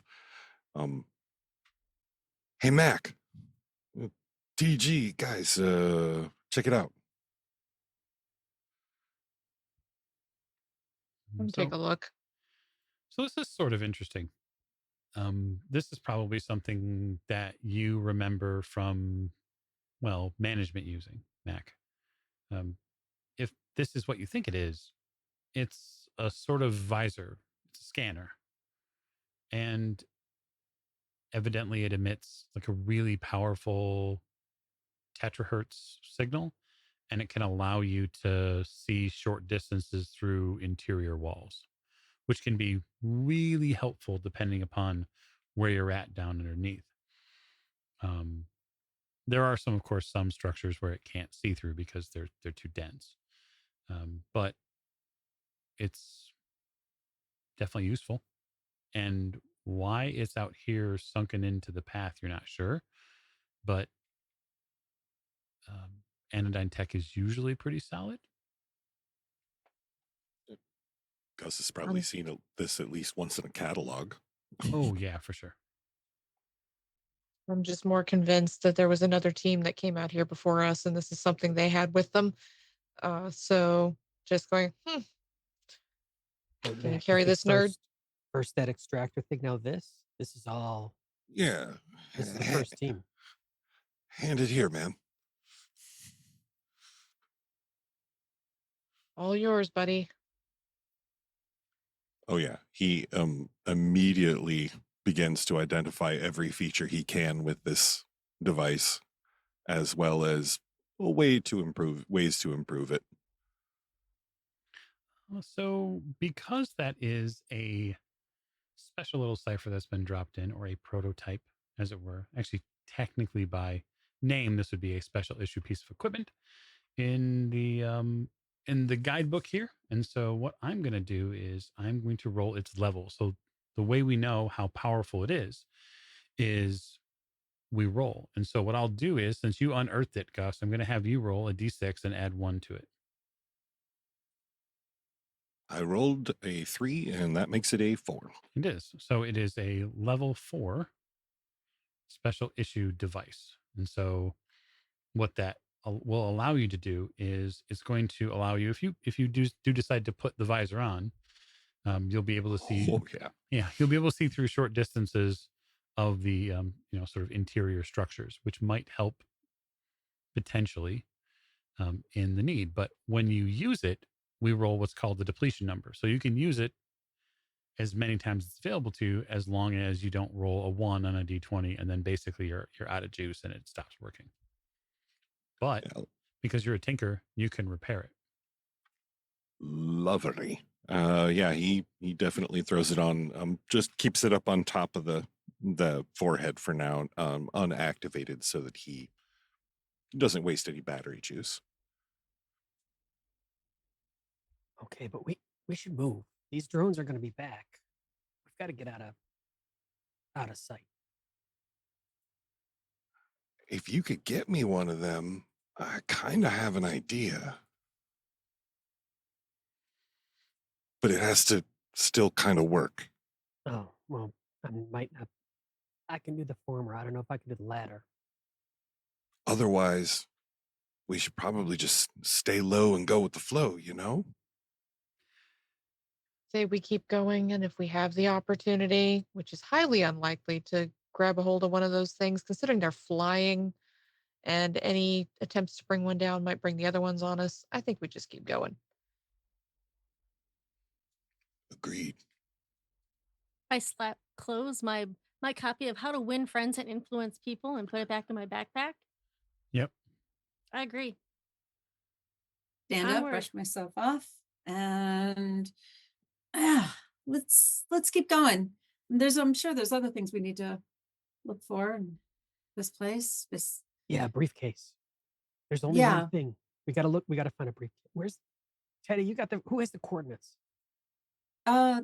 They were Yes, in the JJ, you got it. folder, All right. weren't they? Yep. So pull out the folder and open it and kind of go through the papers that were in the folder till I find the one with the general coordinates on it, and I hand it over to Macklin. Okay. So the coordinates that you see here show that there is a emergency. It's noted as an anodyne emergency tube, which allows ingress and egress from the site. It's not supposed to be too terribly far off. Maybe 200, 300 yards at most. It should be on the trail here. And you essentially jump down into this emergency hole. And it's supposed to take you into the interior where you can get into some of the interior tunnels. What Karen said, gastro internal system. That means a lot. Big mess. I think y'all remember that. Yeah. So for park guys and park rangers, especially, and frankly, most of you, there is an entire space within the PBSO that is gastric acids. And so that would be very dangerous to encounter. But it looks like your coordinates are supposed to lead you northeast. There was a space northeast that you actually remember pretty well, Gus. And so you think one of the tunnels you might be heading towards is more of the thermal springs. So yes, warm, but maybe not filled with acid. I think we're heading to maybe a respiratory port, or perhaps a thermal exhaust of some sort. Organism like this produces a lot of BTUs, and it's got to vent it somehow. So I think we're all right to avoid the worst of being dissolved into a soup and then slowly digested over 1,000 years or so. But what do I know? That's good. No, I like it. Can you lead on? I don't know this place. Lead on. I've been holding the coordinates upside down, right side up, wandering around, just turning in a circle. Gus takes, I guess, the lead temporarily towards the thermal area. Okay. The thermal port. Anybody else? I'm not going to have like the whole party marching order. I'm going to assume that you're all together, and I will also assume that Mac is prepared to stab something. That's just sort of the Oh, yes. what I'm going for. Okay. So traveling through this space isn't necessarily fraught with many dangers. And I say that because most of the park is abandoned. You don't really see anything outside of, in the distance, maybe some collapsed vehicles. You come upon something that looks like, I guess the thing I would equate it with would be like a mailbox or a post box in Britain. Something circular, sort of sits up, and it's made for mail. but this is certainly not. There's emergency tags all over it. It also looks like it's been used, but there is space enough in it to support what you think is maybe 4 or 5 people. It's basically a cylindrical elevator, and you can see that the ground nearby has been, we'll say, disturbed. It bubbles a little bit, and that probably comes from being close to any sort of gastrointestinal or other sort of fluids that this tube might interact with.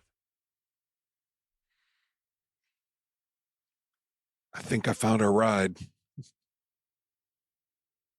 Ooh, let's see. And goes over like to where Gus is doing his thing and just looking over her shoulder and taking a look at everything. Watch your step. I'm Huh? pretty sure. What do you? Okay. Oh, Watch your other step. yeah. Oh, just a step or two. Yeah, good call.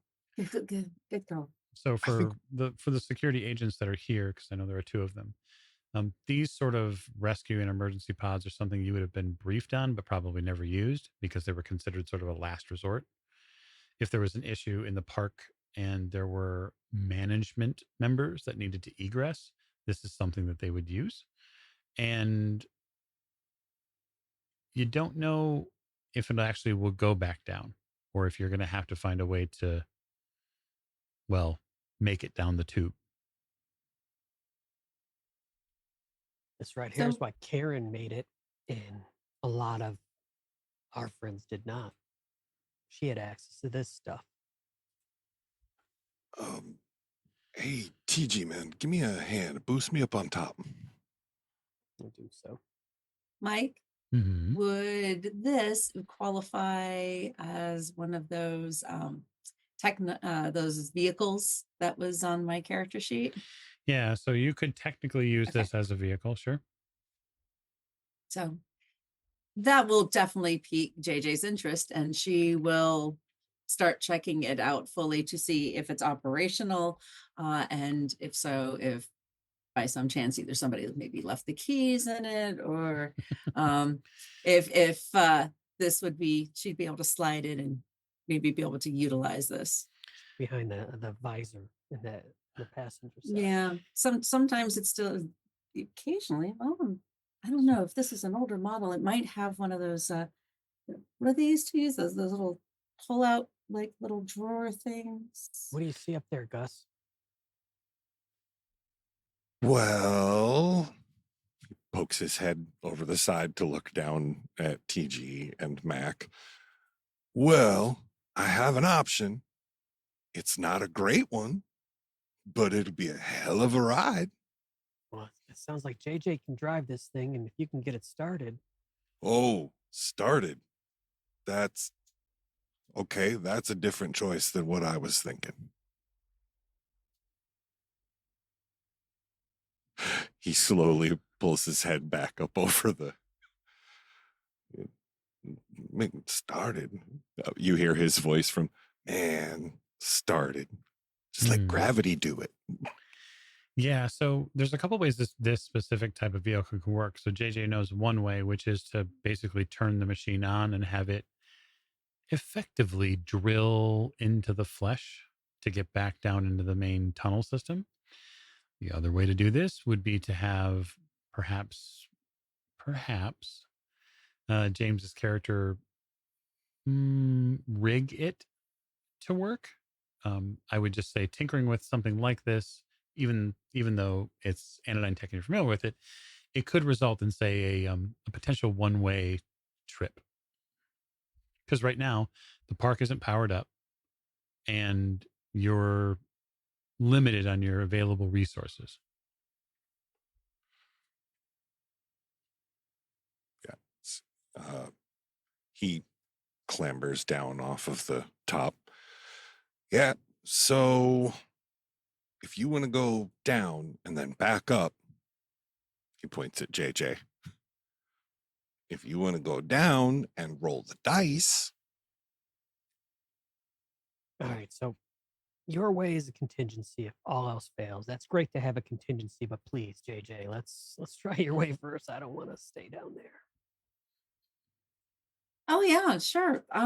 Yeah, I used to use vehicles, all the different. This doesn't look too hard. Yeah, I can do this. Okay, so let's see here. We look at JJ's sheet. Um, she has a specific ability. She's a PBSO driver, so she's trained in tasks revolving in driving or piloting Venterial technology vehicles used to explore and travel inside the entity. So this skill also has what's Yeah. called enabler on it. And so some skills in the cipher system or some abilities have this tag on it that says enabler. And what it really means is it's going to fill in that space that allows you to do the thing you want to do without necessarily having that specific written skill. And so to operate this tube system, you're going to need to make a difficulty 4 challenge, which is a 12 or better, right? And the only reason you're allowed to make the test is because you have the ability. So the ability is not going to move the target number down for you. It's just going to allow you to make it. You can potentially attack this in a couple different ways to try to draw that target number lower to make your roll easier. But certainly free to do that as you like.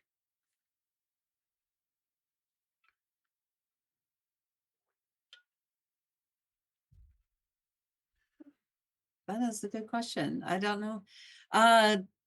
Maybe Gus can make sure that this thing it powers up properly and stays powered up properly, so that not only can we get down, but that I mean, me be able to pilot it is one thing, but making sure that it stays powered and operational, I'm gonna need maybe need a hand for that. Certainly. Like I can always give good advice on exactly how it kind of does, but someone who's much more skilled at the repair side of things would definitely be advantageous, I think, in this particular moment.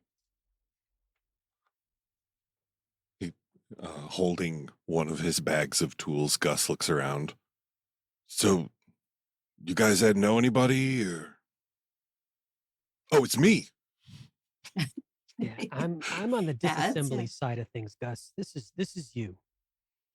So, like, if you like do that and make sure that works that way and does that should help. Oh no, that should never plug into that. Hang on. Okay, Why there we not? go. But I thought that. Nope. Oh, Yeah, okay. see?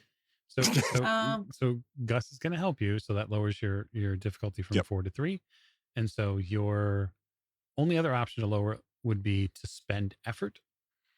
And that is to say that you're spending effort, then spend 3 out of the appropriate pool, which would be intellect.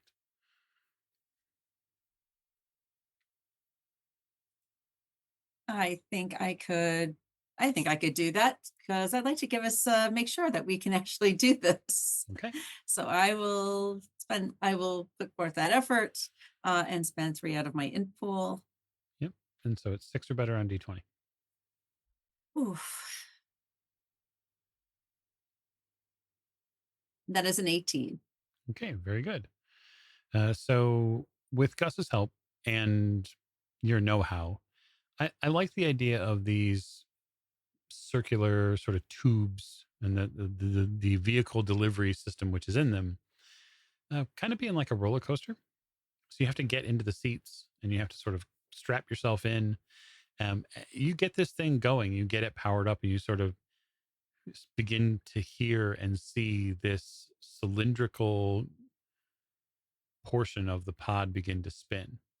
And pull the lever, Kronk. Yeah, basically, as a driver that in the next 10 seconds or so, this thing is going to be ready to go. And it's going to drill real deep until it gets to the stopping point of this tunnel. And if people aren't in this thing, they're not getting through. All aboard. We're headed to the downtown train. Population, 5 of us. Mike, is it a smooth transition? Obviously, it's doing something it's not supposed to. So is there a lot of rattling and bumping and such as everyone's getting in? Okay. Right before it begins, if there's a large clunk as it gets into place, Gus goes, I don't think it's supposed to do that. And when everyone gets real quiet, he just turns I around. told you. Oh, I'm just fucking with you, man. This is going to be fun. I told you that was supposed to be plugged into the other one. Hmm. I'm just making sure Teddy's getting in. Hasn't wandered off to do some bird watching or something. I was watching while I was eating my trail mix. That was, yeah. So, Teddy, as you climb into this contraption, I think that what probably comes to mind for you is you don't really like these. They're sort of painful in a way. Like, you know that some part of the organism here feels this thing drilling back down into the internal spaces. And when it does, and you feel the flow of the tube around you, and keep in mind, this is unlike any sort of elevator. The tube is not completely straight. It moves from side to side, and the walls around move back and forth as you pass lower and lower. It moves down like an express elevator, except that it's not straight. It sort of tunnels down and around. And this is JJ at the controls, sort of having to fight to make sure that she's not hitting any pockets of open space, or she's not accidentally running you into a piece of bone or something like that. But for you, Teddy, there's a distinct understanding that something down here knows you're here now. And it might be friendly to you, but you're not so sure it's going to like the rest of the people. Well, they're hurting him.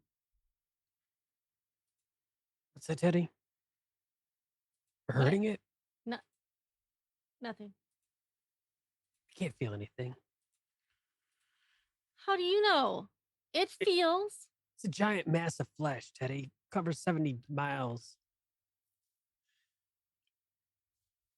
Don't size shame him. Do you feel the little microbes that live on your flesh? I mean, that's what we are to this thing. Not unless I'm on some stuff that I found last month, man. I could feel that. Yeah, so let's not give the flesh pit any of your LSD, Gus. Let's just try and get in here and out with a lack of distraction.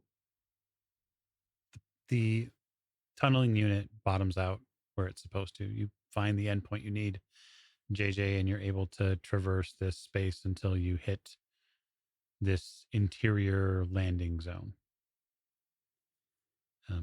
When you do, pre-programmed, the unit doors, slides, carving a space into the nearby area so that you can step out into the interior tunnels of the pit. And to be clear to all of my players, there are no lights down here. There is nothing electrical running that you can see. Now, maybe there are vestiges of infrastructure that was once working, but it has been 18 months and the park has been closed.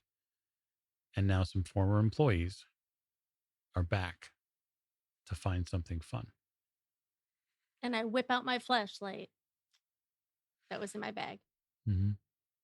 I imagine your flashlight is like one of those wind-up ones. You can just sort of spin it constantly to keep it bright. It's a shake weight flashlight. Okay. I like that. A shake weight flashlight. That's a good idea. Gus has one of the headlamp. Rack has one of those heavy duty, like military flashlights. You could brain someone with it if you wanted to. If you wanted to, for some reason. JJ would have one of the spin ones, one of the charging ones, eco-friendly. Mm-hmm. I pull out a Maxa beam that I sourced off of a movie lot.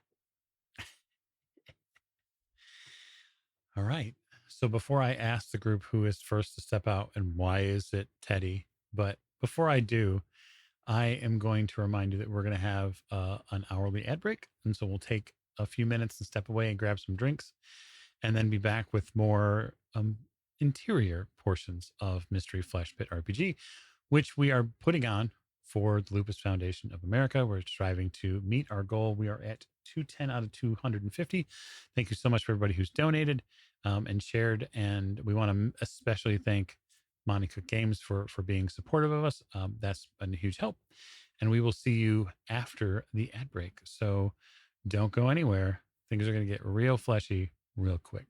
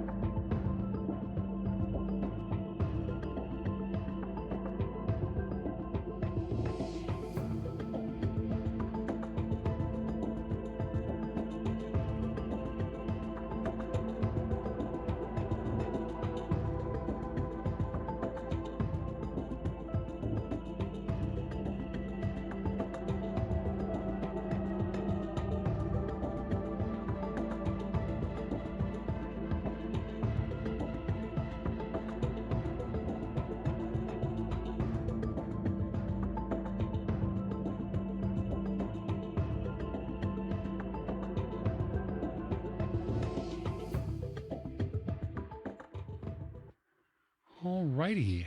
So, with our Twitch gods of capitalism sated for the moment, we are back with Mystery Flesh Pit National Park. So, we have made it now to the interior spaces. The interior of the park is clearly something all to itself. Um, it it has within it many different types and spaces and areas, right? So our park rangers, our special agents, all of you really have different experience with the park, and many of you probably spent most of your time honestly in and around the visitor center. The differences would be like Gus and likely JJ are people who have had sort of wide ranging experiences. And then for reasons which are not necessarily completely known yet, Teddy has had a unique experience here at the park over a long time. Um, but yeah, you've connected to a portion of the interior tunnel. You've managed to, thanks to JJ's driving, you've managed to land yourself in near some of the infrastructure, and so you are actually in a or near a proper hallway. So to give you an idea, the interior space of the pit is, well, it's like wandering around inside an organism. So there's flesh, there's oils, there's fluids, there's different organs that have built up in different spaces and places. You've all seen a very famous cross section of the pit. You've all seen the technical diagrams. You get briefed on them as an employee. And realistically, you know that this hallway once was a place where people worked. Members of the corporation, members of Anodyne worked here, and they likely used it as thoroughfare to go from one space to another. Because remember, there are tours and there are spaces and places that people, regular old guests, would go. In fact, north of here, you know for a fact there's a complete bronchial forest, which is some of the most amazing visuals you've seen down here. But in this sort of amniotic thermal springs space, the air is thick and humid. It's also, I think the best way to say it would be spicy. There's definitely a tinge on your tongue when that door opens. Something hits your taste buds, and you really wish you had like a mask or something to put over your mouth. It sticks to your lips. Oh, nothing natural smells or tastes like that, man. The most natural. Mac just takes a deep breath in. It reminds him of all the good times. There are so many down here. I wonder, Mac, in your experiences here amongst the tunnels, you were probably given many, many special duties, things the corporation had you take care of, maybe people. I wonder if this air would bring back any specific experiences that you had within the pit. There was this time one of the crazy fundies from one of the local churches got in, and he was trying to destroy part of the park because he said it was an affront to God, and that God would rain judgment down on us. And he was running like mad. He had a knife, and he was running his knife along the side of the walls, tearing things up. Really awful. And I had to deal with the situation. And it was down in this particular one of these types of sections, which is why the smell brings it back. He was trying to get to where some of the scientists were working so he could stop them. And well, he wasn't missed. Can't imagine he would be. So with your flashlights, and set out, and JJ has the rough map or coordinates that you're looking for. You have a very simple but yet time honored traditional question in any sort of underground space, and that is left or right.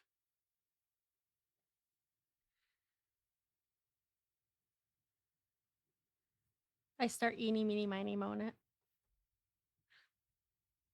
Well, go ahead, do it. Oh, you want me to do it? Yeah. Eeny, meeny, miny, mo. Catch a tiger by its toe. If it hollers, let him go. Eeny, meeny, miny, mo. To the right. Okay. You set off to the right. Gus lets everyone go up a little ahead with their lights. He turns off his own light and fishes a set of basically goggles and puts them on, turns them on. You hear, "Boogie," and he begins examining the darkness behind them with night vision. Okay. So investigating the space behind you with dark vision is rather interesting. I have dark vision. You said night vision. Sorry. My apologies. I almost gave you dark vision. No, it's too late. No, It's touch table. I have dark vision now. It is not touch table. Damn it. You don't see anything with the night vision readily, other than the fact that the people around you are all using flashlights, and so that's really bad for night vision. Gus keeps his back to the rest of them and kind of, uses their constant low level of chatter to make sure he's not walking into a wall or anything. No, it's not something you see, but it's more something you hear. You hear a series of low moans. It's almost musical. They're very low, like pipe organ low. And it rumbles through this space. And you watch then afterwards. You watch the flesh on the wall here, which of course is behind this very specific protected glass of the walkway. You watch it undulate, and then you see fluid seep through and down over the flesh on the left hand side of the wall. It sort of glistens and illuminates what's there. And you get a very direct reminder that the thing around you lives. Gus puts on a pair of leather welding gloves, old battered, beaten up, and as thick as a nickel. So, let's hurry up and find this folder, man. This place is moist. Yes, it is. I put my revolver away. I've gotten my shotgun out and at the ready. I'm keeping Teddy in view and the rest of everyone in view. But in my mind, I'm just thinking about all of the threats that we used to have to protect against. Mac was thinking about that fundamentalist. I'm thinking about the cultists. I'm thinking about the parasites that fed on. And so I'm hoping, Teddy, I'm hoping the rest have their navigation sorted, because all I'm thinking about is spent a lot of time down here rescuing people from other people and other things, and no one's been down here a long time. This is probably more dangerous than it's ever been. Yeah. So one of the most common things you run into down here, or did run into down here, is macrobacterium. And so they're everywhere. They look like little spiky parasitic life forms. And they're very, very common danger to hikers. It's possible you could break through what you in the security and park ranger office would call a floor scab. And so obviously when the floor of this flesh gets damaged, occasionally it scabs over, and they can be pretty deadly. You saw hikers and people get hurt by them all the time. And then that says nothing about the macrosquito swarms. So little, hemophagic macrosquitoes that collect. They're very, very tiny, but they collect in these really big swarms. And so to say that you have your hands full down here is an understatement. Gus hands TG the meat goggles, powers them up. Here, What do these things do, Gus? I didn't really catch Put- it. put it on your eyes. Come on. He puts the strap over the back of his head and tightens it. And they sort of slap you off just gently, but and put okay. And then I put them over and I look around. I got my shotgun towards the ceiling safely. What is this? What am I looking at? So what you're looking at through the goggles is a portion of the flesh wall here that continues to move. And the goggles reveal a couple things. One thing in specific that you are not happy to see. There's a portion of the infrastructure ahead that has cracked and has failed. And so part of the floor of that space has absorbed some of the, we'll say glass in quotes, the protective glass that keeps this hallway clear. And it's probably one of the reasons why this place smells so, well, pungent, is because there's and acidic spaces that are nearby, and they're basically seeping in here. And what you're watching is the flesh from the ceiling throb and pulse down through the hole. And you can see that there are little bits of tendrils of flesh and bacteria that are beginning to leak off of it and into this space. All right. Oh, Gus, thank you. Everyone, watch your step. There's some throbbing gristle right around the corner ahead of us, broken through in a pus pool. You don't want to get it on. It's cut through the glass. How did these things see through the wall? Playing with the dial a little bit. I think it probably has something to do with the resonance frequency that they interact with the crystalline matrix of the proteins that are in the wall. It causes a feedback loop that he goes on for another couple of minutes. Gus, I don't care. Well, I don't either, but you asked. Oh no, okay. Just don't step in the acid is all I'm saying. Oh yeah, no. Or the pus. Or there's a couple floor blisters too. Watch out. You know that those pop open and sometimes you can fall through. We don't want to do any of that. I bet when you woke up this morning, you didn't think you were going to use the word floor blisters. I thought I'd never have to use that word, floor blisters. All right. I'd like everybody who's here to make me, we'll just say, perception-based roll. Those of you with flashlights can add it as an asset to this roll. We'll say that it is, it's difficulty 3 normally. So if you have a flashlight out, it's a 2. I am also trained in perception. Yep, I'll drop it by another one. So that is a 1 for you. So 3 or better. Would searching drop it? I got a 3, so no. You bet it would. Searching will definitely. You're also basically on razor's edge at this point. So I got an 11. Yep, you're good. Got a 9. I got an 18. 14 over 1. Oh, yeah. Okay. So basically everybody but Mac at this point, you see something that is pretty common in this space, a very common predator. It's about 1 meter long or so.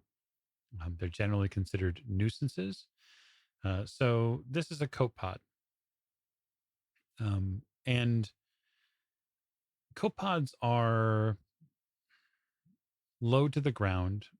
I think the closest thing I would equate them to would be like a crustacean, like a lobster. Think about a lobster, right? Rough body lobster, not rock lobster though, but a rough lobsterish body. And instead of the pincers, replace them with sort of long, elongated arms. And at the end of these arms, there are these elongated fingers And these arms actually have a skeletal structure that's somewhat close to humans. And they sort of crawl along the bottom of the floor. And they have these 2 or 3 wispy tendrils that come out of their face. For our security agents who have seen them before, and probably at this point too, Gus, um, copods are more nuisance really than they are terror. Um, but that being said, they're definitely something that would likely be aggressive as soon as it sees you.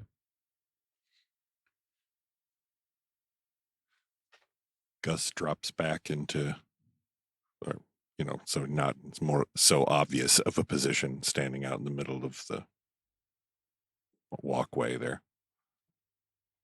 I think I'll call a warning out that I see it, and then I'll take a position sort of more front and center. Okay. And call it out. That is going to allow everybody to understand that it's there, whether they pass the test or not. So that frees you up, Mac, to at least know what's happening. And it isn't the one copod that you have to not so much concern yourself with.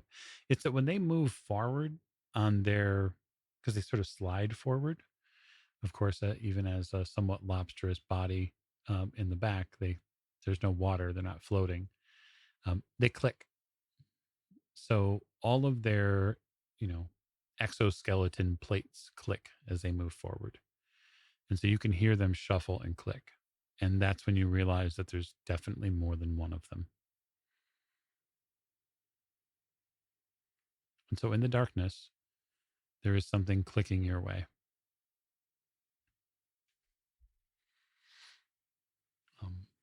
And so I'm going to ask my players if they're going to take any immediate actions before something happens. My gun's coming out. Okay. Gus gets behind Mac and TJ. Cool. So what I'm going to have you all do is roll a d20. This is a speed-based roll for initiative. This is how we roll initiative in the Cypher system. So we'll go ahead and make that roll. And then I just need to know, this is a difficulty 3 test.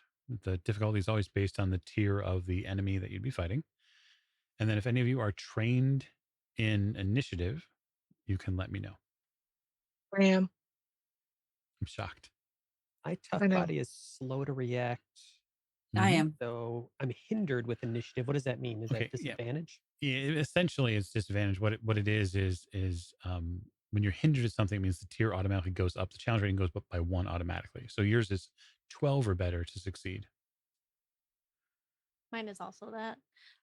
As an action before I roll, I am pulling out my machete. Okay, nice. And I can see here from our Lupus Foundation of America goal, we have hit that goal now. So thank you. Oh, yeah. Yeah. Hells yeah. Good job. Thank you, everybody. Mm-hmm. Good job. I have rolled So- a 16. Okay, so that's a pass. So the way initiative works, to sort of explain it to folks, is it's less about specifically coming up with a direct order. And what you're trying to do basically is, provided you succeed, you're going to go before the enemy does. And what I tend to do with initiative is I will let the players sort out who's going to go when and how you're going to assist people if you are. So just let me know pass, fail, and then I can get an idea of where we sit. So, quick question. Mhm. Danger sense Mhm. for 1 speed point, a task related to initiative is eased.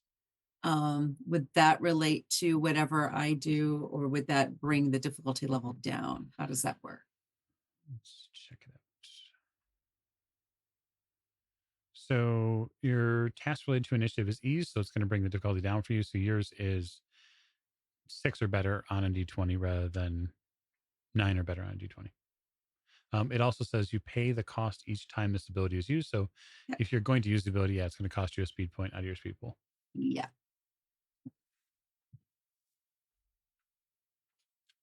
No, that's a 13. So that There you works. go. Okay, so you pass. I celebrated Nah. our goal by failing that initiative roll. Okay, no problem. As did I. I rolled a 1. That is not good. So a 1 is a very special role for me, and that means that I get to intrude upon this scene with a GM intrusion. Like So- a very special episode of Charles in Charge. Yeah. No, fuck Scott Baio. But what I do get to do is I get to do a GM intrusion, and I don't have to give you anything for it. So I will intrude upon this scene with something special before the rest of the combatants go. So James is at the end, and then Oh, yeah. all right, and okay. So I'm just gonna maybe not assume, but I'm gonna give Mac the first call at what he's going to do, because given the way that character is a complete whirlwind, I'm certain you're ready to pounce. Oh, yeah.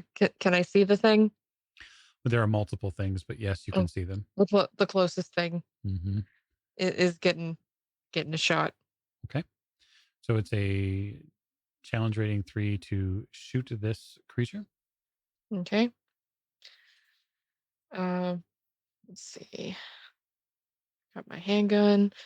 I'm practiced with weapons and suffer no penalty. So does that take it down to a 2? Practice Being with practiced weapon. with it.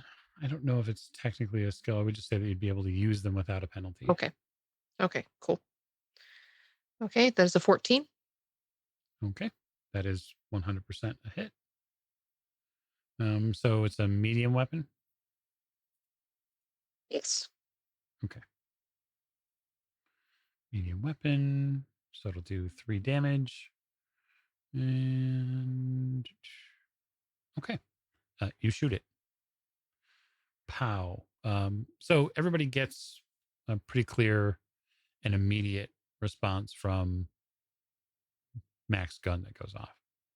Everybody hears it. It whistles through the chamber, and there is this almost unfortunate flash, because when the flash goes off in here, you see everything that's around, and beyond the walls and the flesh that's there, when the flash goes off, you all momentarily see things wriggle and move. But just for that Brack is just moment. kind of happy at this moment because he just remembers coming down and doing some target practice whenever he was bored or didn't have something to do. Like, this is just what he'd do. Mm-hmm. So he's in his happy place right now. Sure. All right. And then the next would be JJ or Heather. JJ realizes that this is not something that she is interested in, prepared for, or otherwise good at. So she is going to take a couple of steps back and not really she is going to go back and go back into the vehicle and just kind of protect the healing, the pod that she turtle shells on her back. She will pull out. She has a nightstick and a knife. That's about the best that she has. So she will just kind of close the door and just prepare. So if anything, because if anything is going to attack her, it probably means that they have wiped out everybody else, the rest of the party. Sure. Okay. So you get back into the vehicle for safety. You shut the door, and you figure, "Hey, I'm safe in here." For the moment. Okay, love it. So JJ leaves Mac. Not that you probably pay a ton of attention to it, but you do notice it. All righty. So with a couple of characters a little closer to the rest of these copods, those folks are going to encounter them first. So these are, again, meter long or so, mostly lobster bodies with two long human-like bony appendages as they crawl along the ground. They're going to reach out, and because Gus is the one who rolled that intrusion, because he rolled the one, I'm going to pick on him first. As it comes at you, it leaps into the air. It leaps off the ground with its two appendages, and it comes at your body with the lower portion and upper portion of its exoskeleton shrieking. Like it makes this whistling, shrieking sound. Well, I don't like that as much as I like other things, like everything. So the cool part about the cipher system is I'm not going to roll anything. What you are going to roll is speed defense to get out of the way. All right. So do I just roll a d20 here, or You do, and so you're just going to roll against the basically the challenge rating of, or the tier rating of the creature.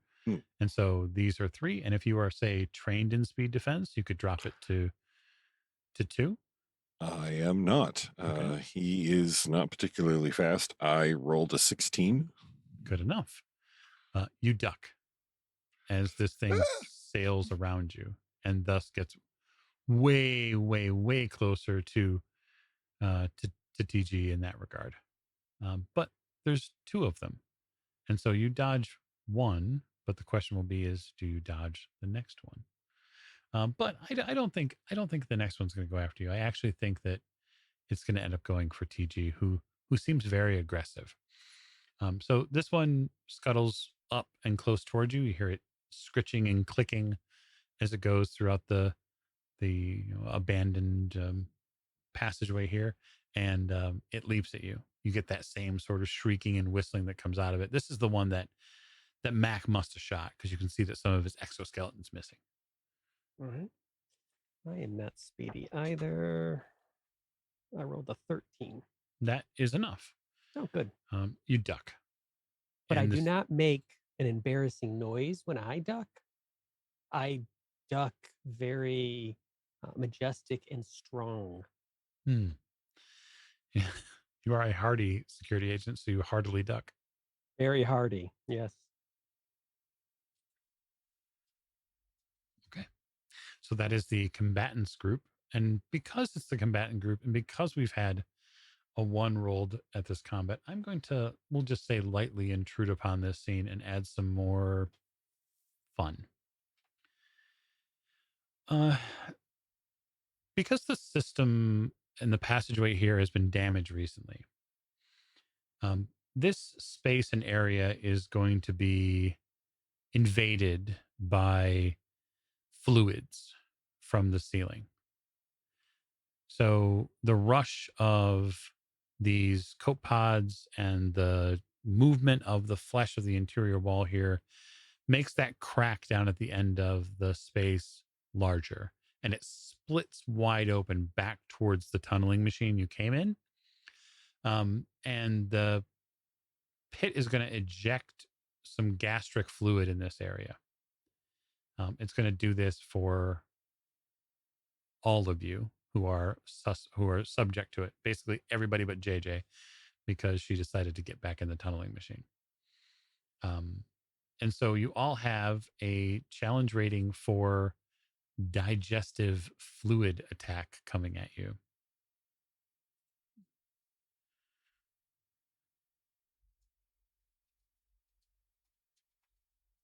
Is this a might defensive action possibly to counter this?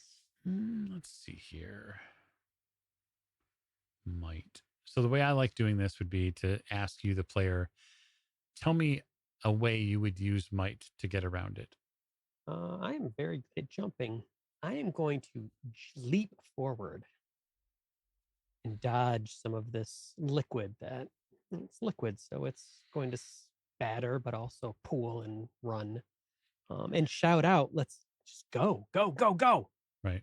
Both of these things jumped at us. We both dodged. That means they're behind us. Go forward.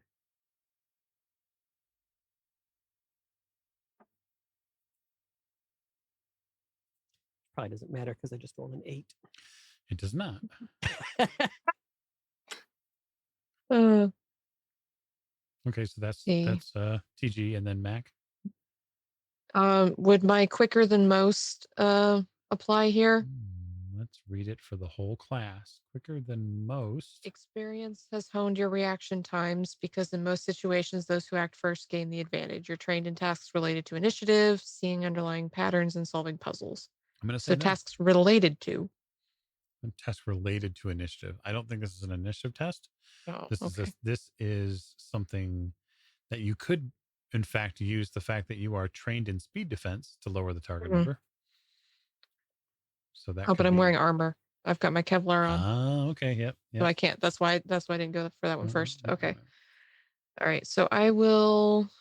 Let's see. So I can spend 3 points from my pool for my speed pool. You can. Okay. I will do that. So that takes it down to 3. Mm-hmm. Yep. 9 or better. Okay. Well, looky there. It's exactly a 9. Okay. So you pass. So Mac passed. TJ has not. And then we still need to get to a couple others. So next. Yeah, I'm also gonna try to attempt to jump over the fluid. Okay. I have jumping as a skill. Yep. So 3. Well, actually, hang on a second. This is a defensive roll, so you're not actually rolling a skill necessarily. But yeah, I mean, you can jump over it. That seems fair, I suppose. Okay. So 9 or better.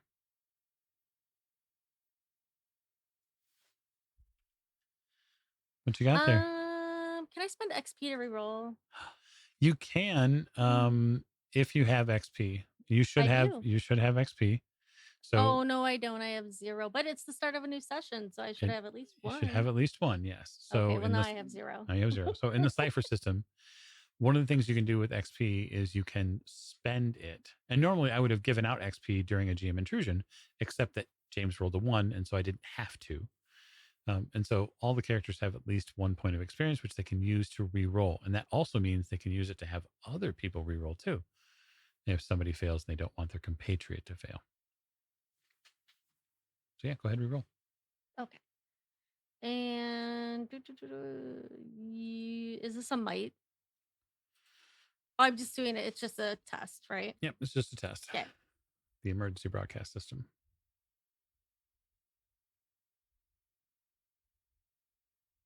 Okay, I got a 15. You leap over it. You leap out of the way of some nasty digestive gastric fluid that just goes everywhere. And it is horridly rancid because it spills out. Like imagine like a bulbous bucket load of this stuff just splashing everywhere. That's what you're trying to get around. Speaking of that.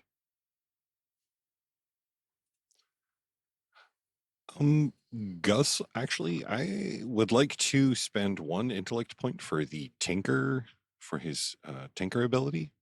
Okay. And he would like to actually repurpose the braking system, the brake system on this vehicle here to actually, he wants to use it as reroute it through probably the whatever life support system here it is, and wants to spray the entire area in whatever fluid is in these brake canisters.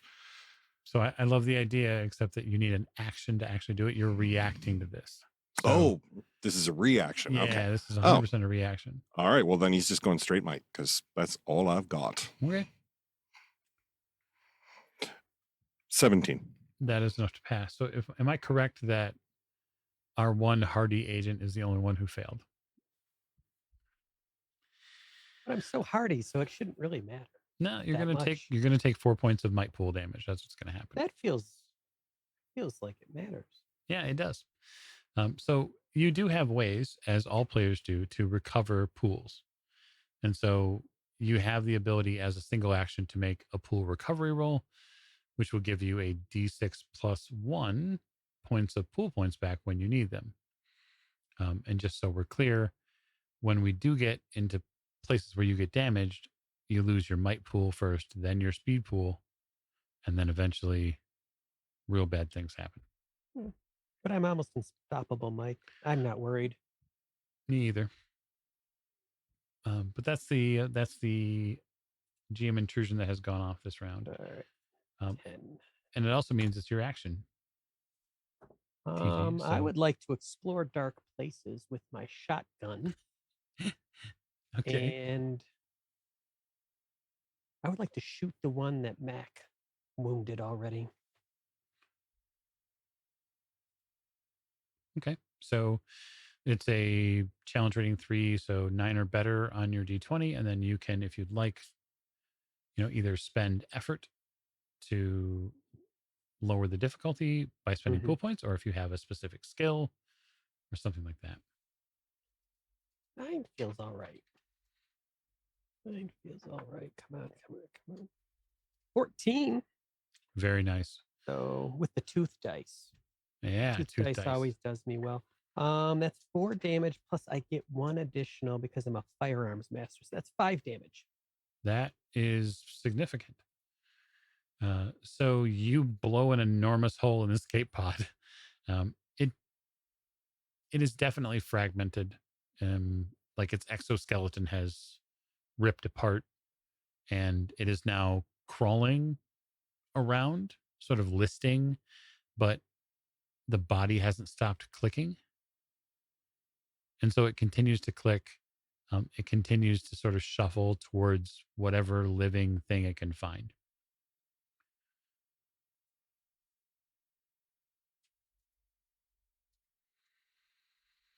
And then next in line would be Morgan.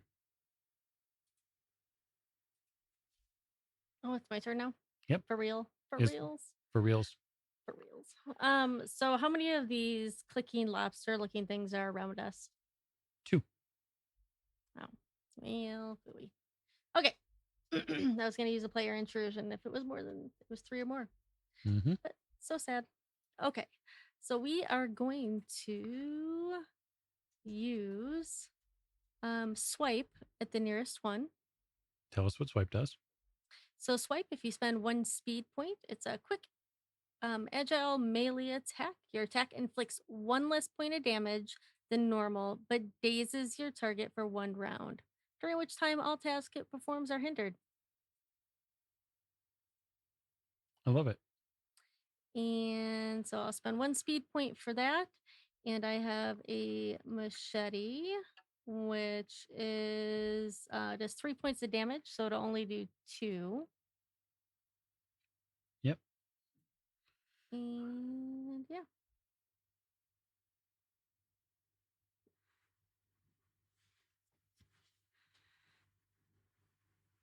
Did you roll? I'm working on it. I'm just making sure I didn't miss it. I was looking for my pool to lower. Excuse It's okay. me. I got a 15. Fabulous. You swipe. You daze this creature. You damage it. And that means it loses its next action? Or is it hindered? It is dazed for its next action, which is hindered. Love it. And now, James, you get your actual action. My actual action. Yeah. Well, I've already made it across the. Actually, you know what? I'm going to spend. I'm going to do a player intrusion, if that is acceptable. It depends on what the player intrusion is. Well, I would like to spend 1 point of grit and have a convenient idea. Oh, I love that. Okay, so a convenient idea, a flash of insight that provides you with a clear answer or suggests a course of action? Absolutely. Okay, so you spend your grit point. So grit is something specific to Mystery Flashpit National Park. It gives characters a little bit more interesting things that they can do. So this unique idea that you have really comes down to maybe using the coolant that's in the PBSO vehicle back there to sort of end the gastric problem in this space. It'll require you to use the Tinker's ability, but it's not impossible for you to really sort of end this problem. I will if does the intrusion negate my ability to use the Tinker use Tinker this round? No, you can still use it. Lovely. I will spend the 1 intellect point and utilize Tinker on the PBSO gut drill machine transport device, and spray coolant all over the floor. And if I can hit the remaining lobster thing with an extra thick stream of coolant, great. Okay. I don't know if the coolant actually do any damage to them, but you can certainly pile on, which is sort of nice. Okay. So the nice part about this is we'll just go back up to the top. That will mean that the vehicle that JJ's in probably begins to show some error lights, like it's not functioning or something's wrong. There's probably a beeping that comes from inside of it, and the check engine light comes on. I have Okay. officially voided the warranty. So if we're back at the top, that would be my go then? 100%. All right, I'm going to shoot the thing again. Do it. Shoot the thing. Gonna shoot the thing. Gonna shoot the thing, Mike. And I am trained in this, so that takes it down to what, 3? 2. These are tier 3. Oh, 2. That's right. Creatures. So Okay, so that is a 15. Mhm. And what I forgot last time is that I am a firearms master, so I inflict an additional point of damage with my firearm. okay, you're attacking the same one you did before. Yeah. Okay.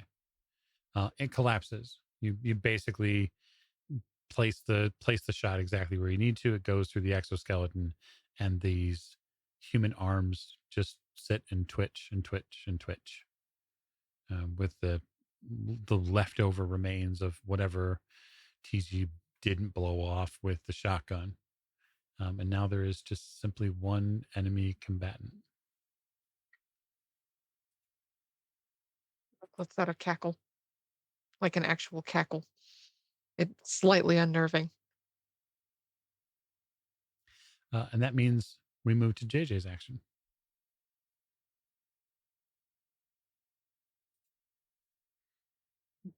JJ, I mean, she kind of looks around and sees the lights going off, and tries to kind of see if she can figure out what's going wrong, but unfortunately doesn't really know how to do that, because while she can drive the thing all day, she's not the repair person. Okay. So, I mean, is anybody close enough that either I can grab them and pull them inside, or Well, like if is one memory of these serves- things up near my door that I can just, I mean, all I've got's a knife. I can't really kill these things. if memory serves correctly, didn't you close the door? I did. Okay, so yeah, you have to open it to see if anybody's out there. And provided you do, then certainly Gus is relatively close by. He's also, I was gonna say, isn't Gus on top? yeah, Couldn't he like climb on top? I mean, I kind of again, would at least hear relative, him. right? Relatively close nearby. He's also covered in coolant. You don't know why. Oh. Do I hear any of the clicking outside of the door? Oh yeah. Like right next to the door? No, you're not really sure. You have a flashlight. Like there's a ghostly Yeah, I mean, can white, close pod that is probably 3 or so meters beyond the space in the door. 3 meters isn't very far. But it might No, but there's be a enough. security agent with a shotgun that's between you and it. So Oh, well, okay. So that's not quite so bad. So JJ opens the door slightly and kind of reaches around on top to try to grab Gus and pull okay. Ah! and slide right off to the side. I'm covered in coolant, so yeah. Oh, God, get in here. Just drag him inside and try to shut the door again. Okay. Um, Certainly doable by your action. okay. Righty. Do I need to make a might roll for that? Or? Unless Gus is going to contest being pulled into the device, no? No, I won't contest it. Yeah, Gus won't contest it. He'll just be pulled Okay. in. He kind of wanted to get back into the device briefly anyway. Well, see, I'm helpful. I helped you get it back inside. So I pull Gus in and go, geez, what the hell is going on? What is wrong with, never mind. Just, Gastric what is this juices. thing beeping? Ew. Everything ew, sticky. Ew. Horrific lobsters. Lobsters. Those things are lobsters? I don't think I'm going to go for seafood anytime soon if we get out of this. Could you please fix that? Why is that beeping? Because I can't. And I'm No, I can show you why it's beeping. And at that point, Okay. Gus finishes the thing he was doing by turning on the pumps, but reversing them so that they begin to really spray the goo out. But knowing full well it's going to probably depressurize the rest of the systems, including the door. But we got to get out of here anyway. So Yeah. the space outside of this PBSO transport tunnel pod is, well, collectively sprayed with milky white coolant. It gets everywhere. It doesn't actually do appreciable damage. There's no way to not get covered by it in the hallway that you're in. And so you're all sort of spattered. And really, it's on that note that I would say to you, Mac, well, the other Cape Pod has clicked its way towards you. And it is desperate to put, its skeletal hands on you, but it is dazed because of the actions of your compatriot. And so it is hindered, and it was going to still going to try to make a move towards you, but the speed defense roll for you is like 2 or better. Okay. So I need a 6 or higher, and that is a 17. Yeah, you get out of the way. There's no way this thing's touching you. Nope. And that is going to fall then to TG. One of these things tried to must have gotten past you, and it's going after Mac now.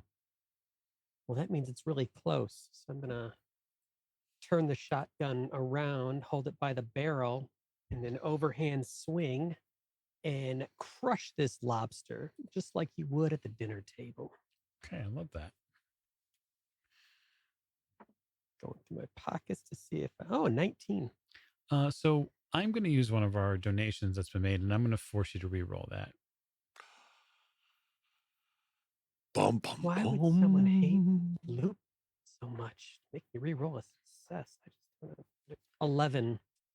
Oh, that's 11 doesn't do it, does it? No, it does. It does. Okay. It does. It does it. But the 12 still. All right, good. the 19 would have been a minor effect and would have added 3 damage to your roll. That would have been nice. But how much damage do you want this to do? I don't know. I have 2 for fist and 4 for shotgun. I think your shotgun's a better weapon overall. Yeah.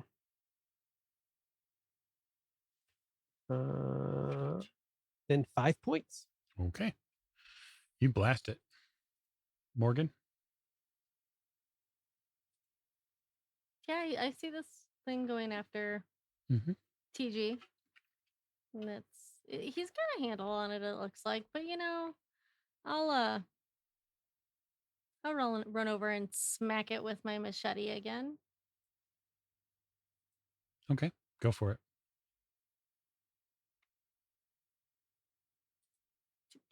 It's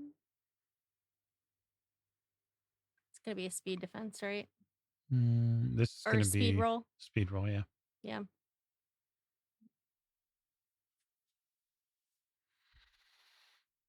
Got a 14. That's enough. What's your machete do? Does a 3. Okay. You put a fork, so to speak, machete in the outer carapace of this cape pod and it cracks in half and stops moving. It's sort of visceral. You don't realize, TG, you don't realize how visceral the action is until you see the almost surgical nature that is used in front of you. Well, then I will nod my head in approval. I'll say, Teddy, that was a nice shot. I've got lobster juices all over my face now, and I just like swipe it down and No, don't. Oh, Okay. You're gonna make a might defense roll for me. There's no way you're getting away with that. So I'm gonna give you a difficulty 4 might defense roll, because if you're licking the fluid from a cape pod, we gotta talk.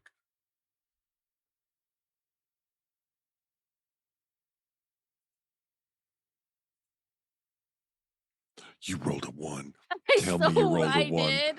Yes. Yeah. What is it with Cypher System and your dice rolls, Morgan? I know it hates me. Oh my god! I rolled a 1. Okay, so that's a free GM intrusion for me. But I'll say this: the first thing you're gonna do is you're gonna take 4 might pool damage, because you essentially ingest corrosive fluids from the body of this cape pod. And when you do, you all feel the area around you, this fleshy space around you, begin to undulate hard back and forth, and the walls of this passageway crack. And that's when beams start falling and big glass panels begin to collapse. Time to go.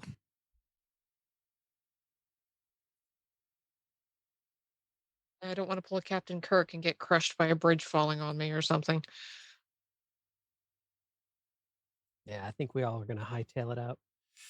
Well, it's probably a good idea, but it doesn't come without its own challenge.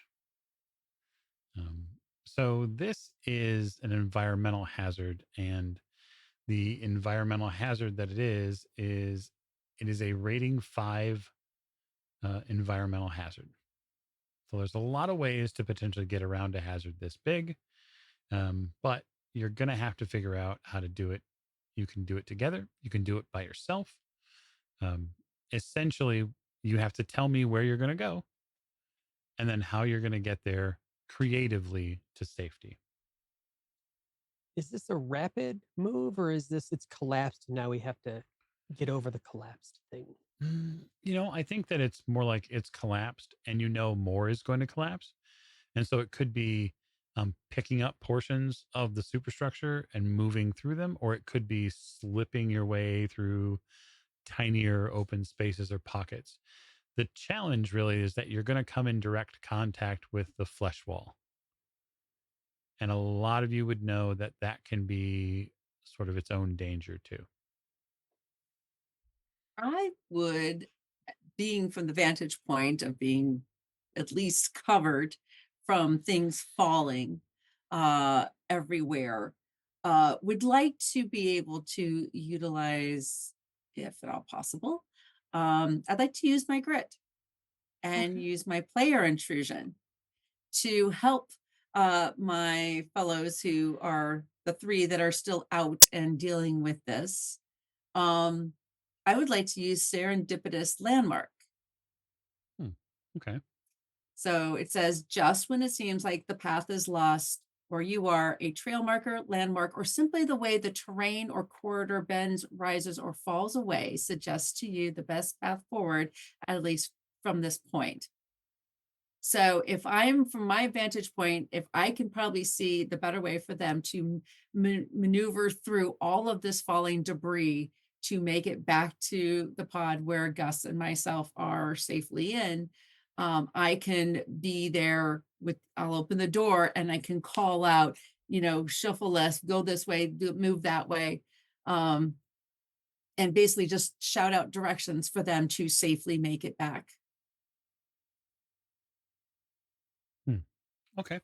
I like that. And so here's what I'll say. I'll say it's going to ease the difficulty by 1 for all the people who are having to deal with it. So your grit gives essentially an assist bonus to every character, including yourself. And so that'll be a difficulty 4 for everybody rather than a 5.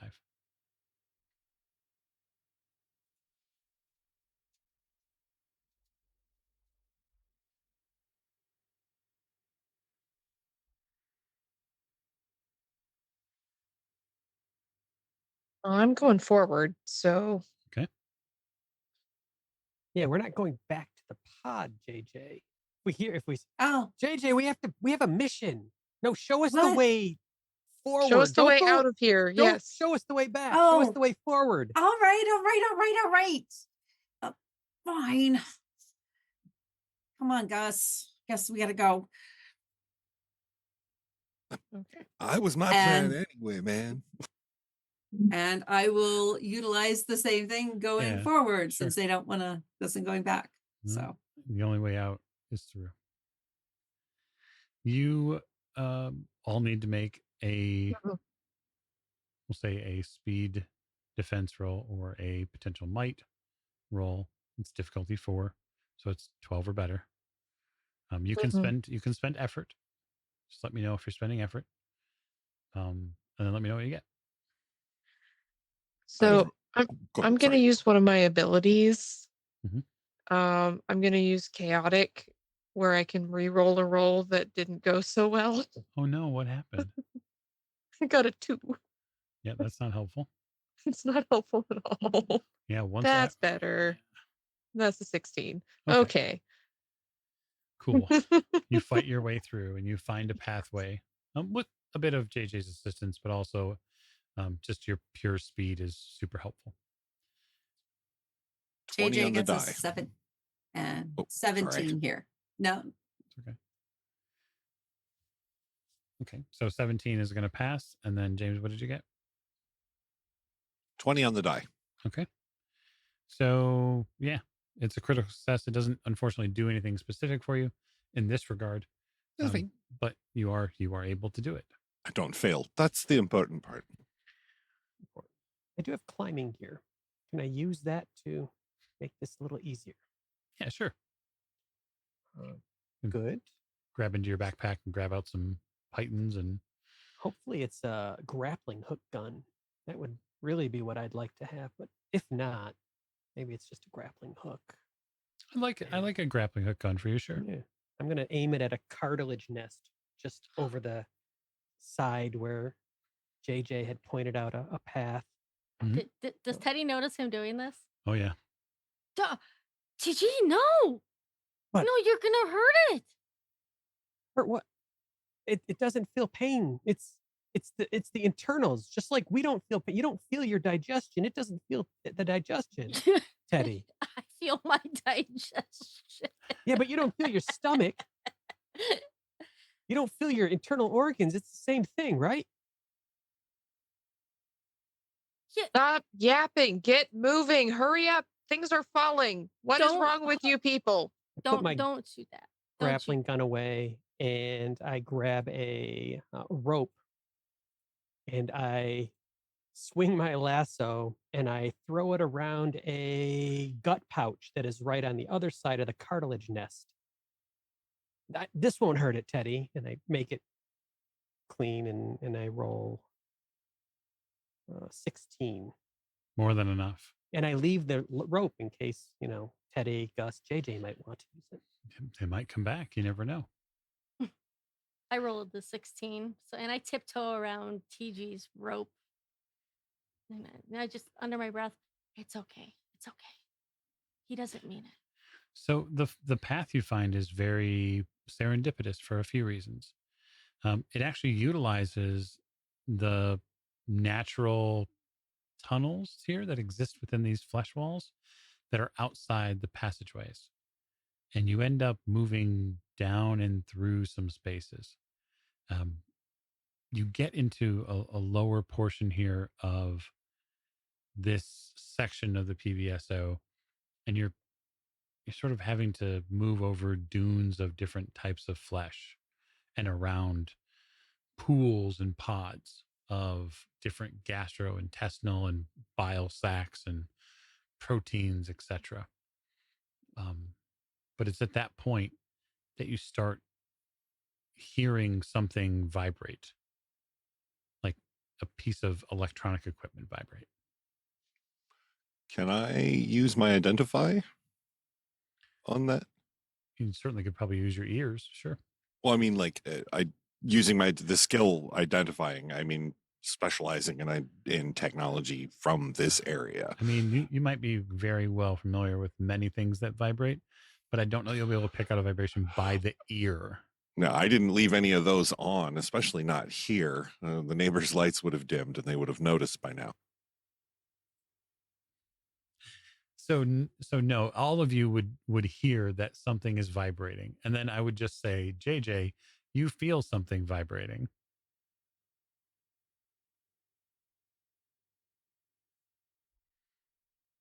Okay. Does it feel like it's vibrating? I'm not sure how to ask this. Please, could you please describe the nature of the vibration, sir? Certainly. So there is something, I would say, roughly cylindrical. It's probably 7 to 8 inches long, and it's coming from around your backside, and it's vibrating vigorously. Good, I hate you, Mike. Okay. So Gus, what are you doing back there? What would you put your Uh, what the for once, heck? this isn't me. Oh, wait. Oh, that's what that is. Okay. Okay. So I would, are there any is there like a data pad that maybe attaches to like a device? I could see um what the status of uh my healing pod is what my healing pod is doing. It's not the healing pod. Like you're Oh, inside your pack, you pull out the cylindrical device that Karen gave you. That's what's vibrating. oh, like it's picking up. And there's like a Okay, little okay. blinking light on top of it. Right. But So imagine you're at a food service restaurant and you've been given a little, right. remote thing. That's how hardcore this thing is vibrating. It's basically okay. Is it? Do I feel like it's basically telling us we're there, like we're at the device, or that we're just close? Is there any indication on there of like, are we looking at like very strength the closer we get to it? You'd have to inspect the device to find out. I am inspecting the device. Okay.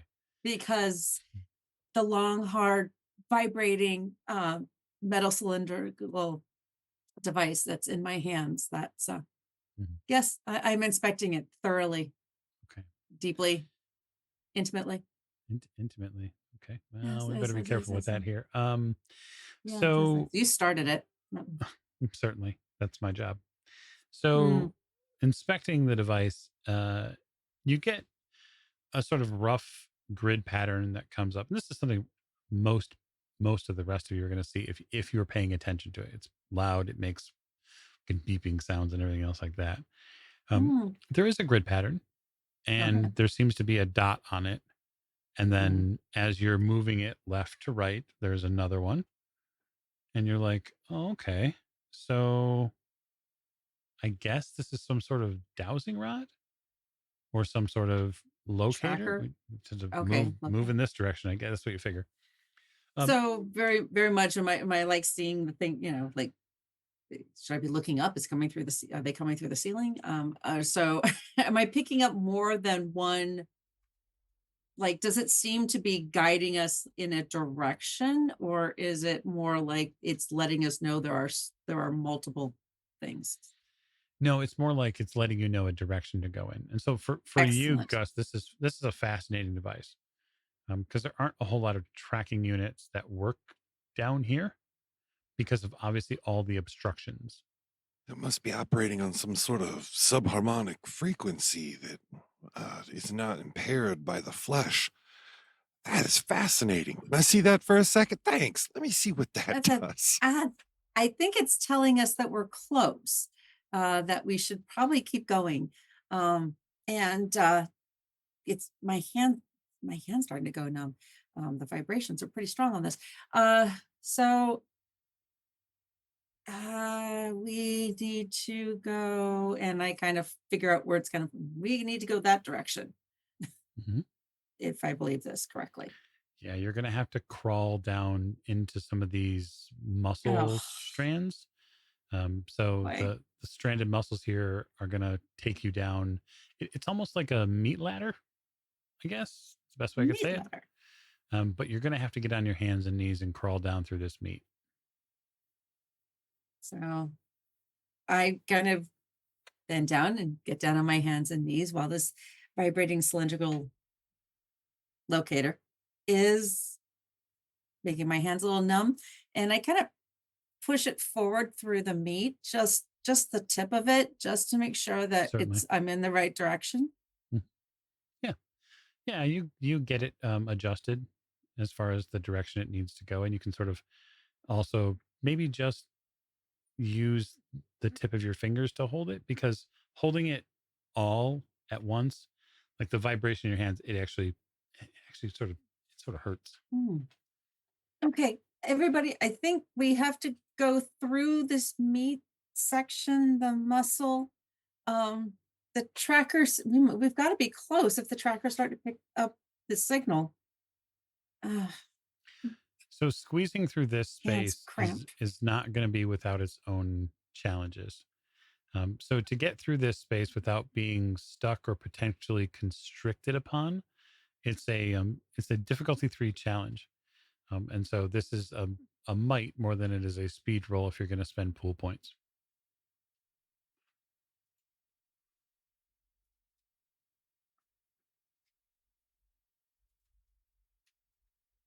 JJ, you climbing the meat ladder or what? Yeah. I don't know. I'm pretty deft at things.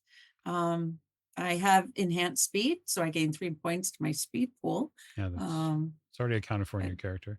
Yep. So I will. I probably just going to use speed. I mean, I'm just going to follow this thing through. Okay, so if you're going to spend points out of your pool, you can do that to lower the number from 3 to 2, and then just go ahead and make the roll. Okay. And I'm going to need, that would make me, if it's a 2, I would need to make a 6. Yep. So, okay. That's a 15. Awesome. Next.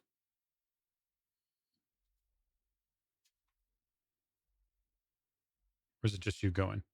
Oh, I'm going. I Okay. got a Just man. rolling. I'm there. Are you, Mac? Do you want to go first? Yeah.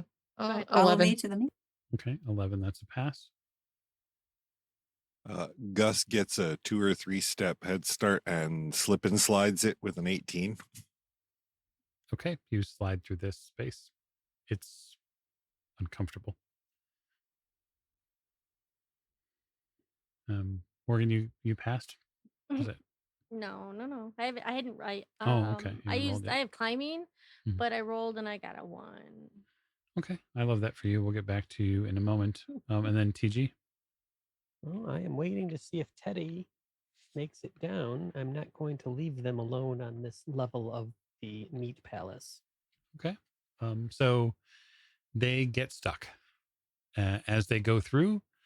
The walls around them constrict and suddenly seize upon their body.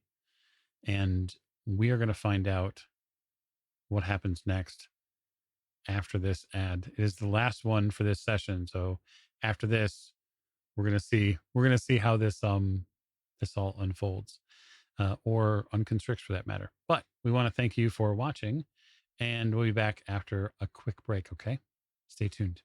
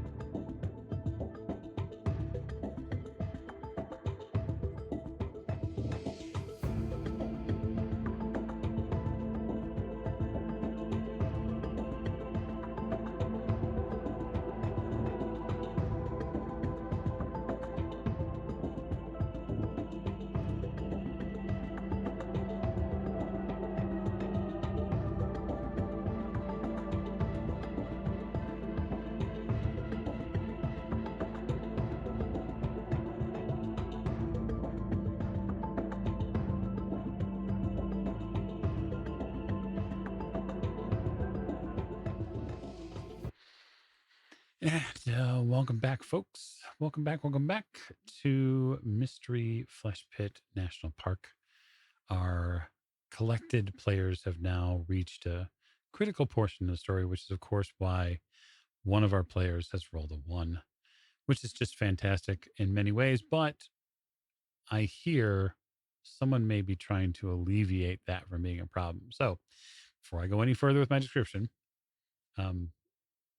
it's my understanding someone wants to do something about the dice rolling problem that Morgan's had tonight. Yeah, seeing the constriction of that tunnel suddenly start, and claustrophobia is a terrible thing. I just want to spend my 1 experience point or my experience to allow Teddy to re-roll that. Okay. Teddy, go ahead and reroll. Well, I appreciate your kind heart, TG. You might need to give it right back to me when I roll, so we'll see. I don't have any more XP, so no. I already used it. Mm-hmm. All right. Well, I get an 18 on this one. Okay. You slip right through these meat walls into what lays beyond. So just to be clear, this is sort of a head first, foot first sort of thing. I won't ask which one the rest of you did, because really the surprise is best left for after TG makes his roll.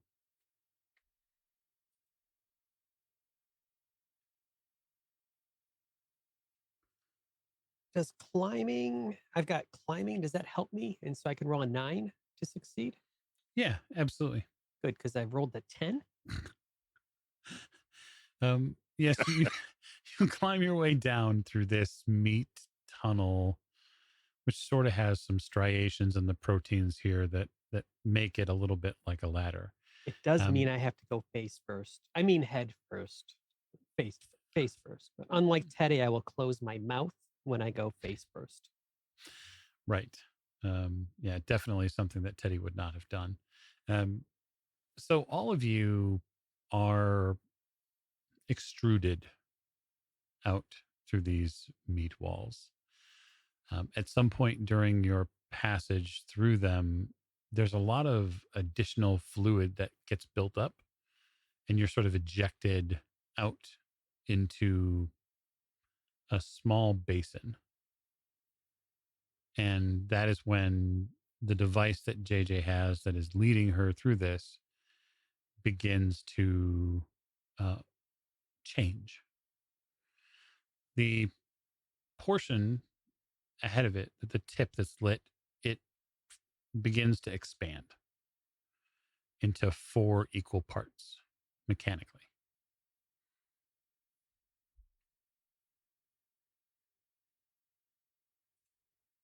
I'm assuming I would not expecting this. No, you have no, this is a prototype device. You have no idea what this thing is doing. So like the whole device or just like the top of it like opens up? No, really, it's just the tip. Just the tip opens up and wide. So Demogorgon mouth. Got it. Okay.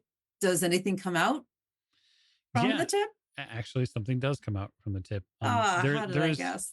There's a portion of this, the sort of tip that has the light on it, the red light on it. It blinks a few times and then it fires out from the cylinder. And as it does, it fires out and sticks like a needle in this flesh wall at the farther end of the space. Probably a good, shoots probably a good 15 feet. I mean, it's got quite the thrust. And I'm probably like holding this out and just what the what the fuck? Did you break it? I didn't do that. That wasn't me. I didn't touch anything. I swear. That Gus checks out the wall area where the discharge hit. Yeah, there does seem to be something that this needle, this lit needle end that has gone into this flesh wall is doing. It almost seems to be continuing to vibrate. And if you didn't know it any better, Gus, you would say that it's got some sort of something inside of this tip probe or whatever is burrowing into the meat. You can see it like actually sinking in. Give it a little help. Really, really shove it all the way in, not just the tip. Okay. You shove it all the way in. When it gets all the way to the base, the meat wall expands. And it reveals like a chamber beyond this portion of the meat wall. Excellent. Is the aperture now large enough to slide into? No, it's not big enough yet. It's going to take a little finagling to get it larger, or you're going to have to be smaller, maybe? You're not sure. You can stick an arm in there. Can I, looking at the device, is there any way to amplify it or any dials or anything that I can figure out to really boost the power? You could tinker with it. I will do that, sir. Okay. So the tinker ability for our mechanical engineer, it is going to allow you to spend an intellect point, right? Oh, yep. I was going to say for the expenditure of 1 intellect point, you make a device do something different from its original purpose. For example, a car battery becomes a bomb, a scanner becomes a signal booster for a radio transmitter, a music player becomes a battery for another device. The effective level of the modified device is lower than normal, and the device is rendered unusable for its original purpose. Okay. So for a brief time. Just keep in mind that if this device has a specific use that you don't know or not aware of, you will break it from being able to be used. Right. But it can, it could be repaired with another use of my tinker ability, I believe. Yeah, sure. I mean, so yeah. Hey Gus, you're not going to do anything you might regret or can't take back, are you? Me? Yeah, no. yeah. No, man, I live a life without regrets. Well, how's that working out for you? Because look around, we're in the middle of a meat body, and you're got a meat probe that's making a meat aperture, and you're trying to make it. Man, I'll tell you what. Right now, I'm exactly where I want to be, hip cat. He shoulders his bag and, spends the intellect point to increase the vibrational rate of the probe. Yep, you do so. You essentially amplify the probe, and when you do so, the aperture gets bigger. The hole expands to make space for you. Lovely. Now that it's accommodated me space-wise, yeah, Gus, not being a very large individual, slides in very easily. So for those of you who get a look at what Gus is doing, and as that expansion goes on and he begins to slip through, you can tell the space beyond here is constructed for a specific purpose. It is not like a fleshy portion. There is superstructure in here. Come on, guys.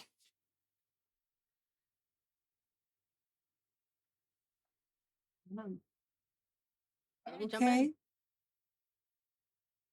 Slide in, jump in, whatever it is.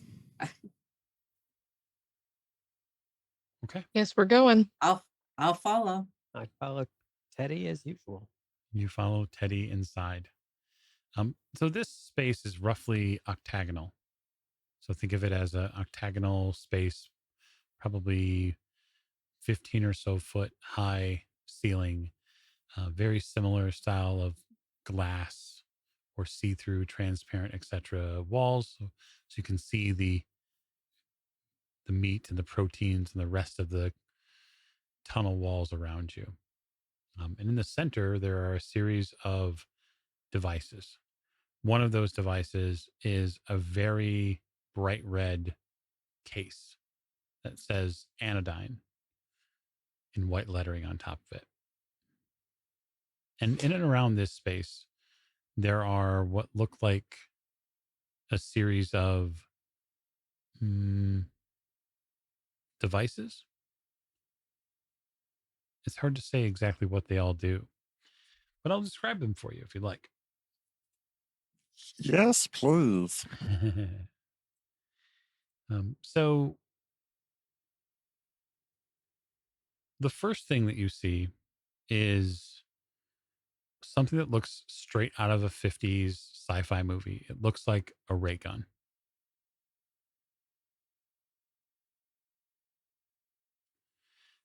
It's got a lantern, like a really, the big cell lantern battery style pack that's attached to it. There's like a dish on one end, and then there is a curved antenna that ends in a bulb point. No. On, at this beauty. on the side of it, it says caution, experimental. Oh, me too. Maybe don't touch that if you don't know what it does. If we followed that train of thought, we wouldn't have discovered fire yet. At least wait until, well, I mean, look, there's another one over there. I mean, what does that one look like? Yeah, so this is actually something that the security agents would have seen before. This is an interventorial tent. So it is a tent, sort of oddly shaped, that fits into a backpack, and you wear it. And if you are trapped or if you are in an emergency situation, it essentially can deploy around you, and it creates a dodecahedron shaped structure that you can sit. It's got power. It supports life for up to 2 people for about 8 hours. It's essentially what management would use in a rescue situation if one of them were in trouble. There's a tag on it that says to be used only by management. And did you say it's deployed or is it still? No, it's packed. It's still packed. Okay. It's still packed. Mhm. And is there more? Are there more items? I think we just keep There's looking around. seemingly the ray gun. There's the backpack, and then there is this chest, this case, this big red briefcase. This is the one that was we saw. We had the picture of. Okay, so this is what we came for. Well, we have it, right? Yeah, don't open it. We lose. We don't get the bonus. Leave it if we alone. Open it. Yeah, So 70%. I need that 70%. I have to go start my horse farm with my wild animals. I'm gonna do a rescue. oh yeah, no, I totally got you. Yeah, no, absolutely. He puts his bag down on the a nearby console, kind of picks up the ray gun looking thing. This is a sweet Betty. I like this, man. So hey, listen, I don't want to bum you guys out or anything or nothing, but he reaches into his shirt pocket and pulls out a small device. You hear it charge up and begin to beep. You guys should probably get out pretty quick, because I don't remember how long I set the detonator timer on this thing for. He unzips his bag, and the second bag is a very large and very powerful looking explosive device. I grab a bag of explosives and I run with them. You can't hurt minutes. my family. Gus, you can't hurt my family. And I'm running with the bag of explosives. Hey, I wouldn't go too far. I also don't know what happens if it leaves the detonator range. I'm grabbing the case and getting out. Okay. So the bomb has been grabbed. The case has been grabbed. Anybody else doing anything? I'm backing up towards the way we came in. Mhm. I'm shooting What? Teddy in the leg How- with my revolver. How- Okay, you're shooting Teddy in the leg. Very good. Um, so Teddy is a tier 1 character, which means you need a 3 or better to shoot them. Wearing a vest plate too. So Well, that's true. That's good. 12. Okay. 12. So there's no defense roll for Teddy. So what are you shooting them with? With the revolver. Okay.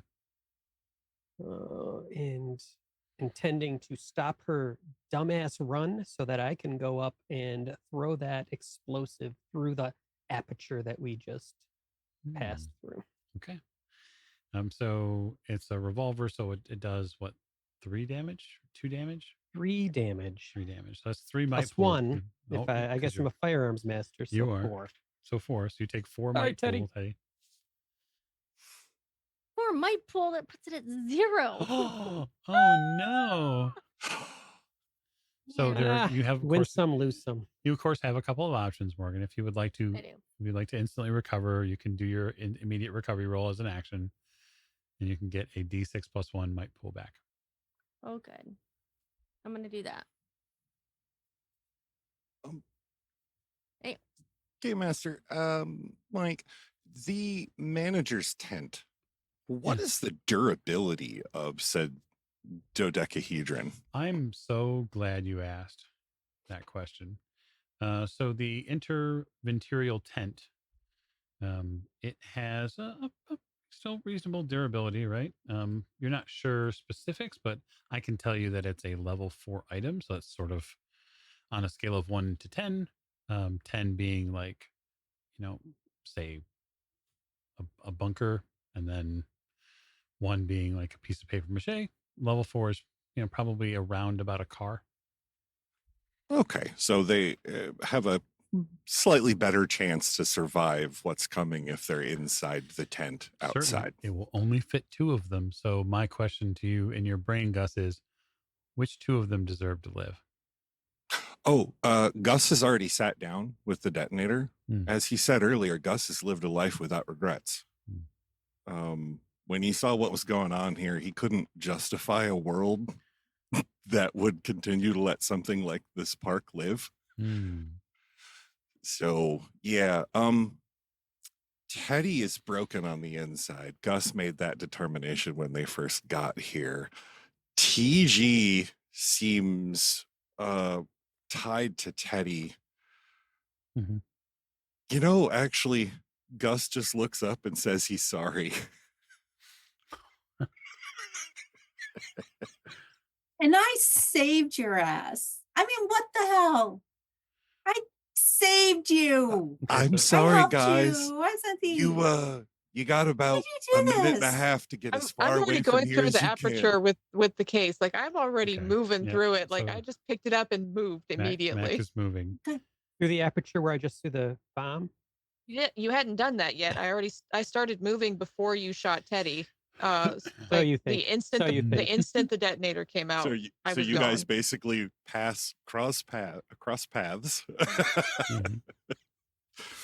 Yeah. So if you're gonna make, I guess, Gus, you're gonna make the detonator go off now. No, he's going to start counting. Okay. So that will give time for Mac to clear this space, even if the bomb, etc., goes out the aperture. Even though we know that Teddy's going to be able to recover enough might points to be conscious again, you're going to at least have an action where you have to do that recovery. So. Yep, and I got 1. Oh man. So you can Don't shoot me again. You can move, but you are very slow right now. You're hanging on by a thread. Love it. Okay. So the bomb is gonna go off at some point in the very near future. I guess JJ and TG, what are the 2 of you doing?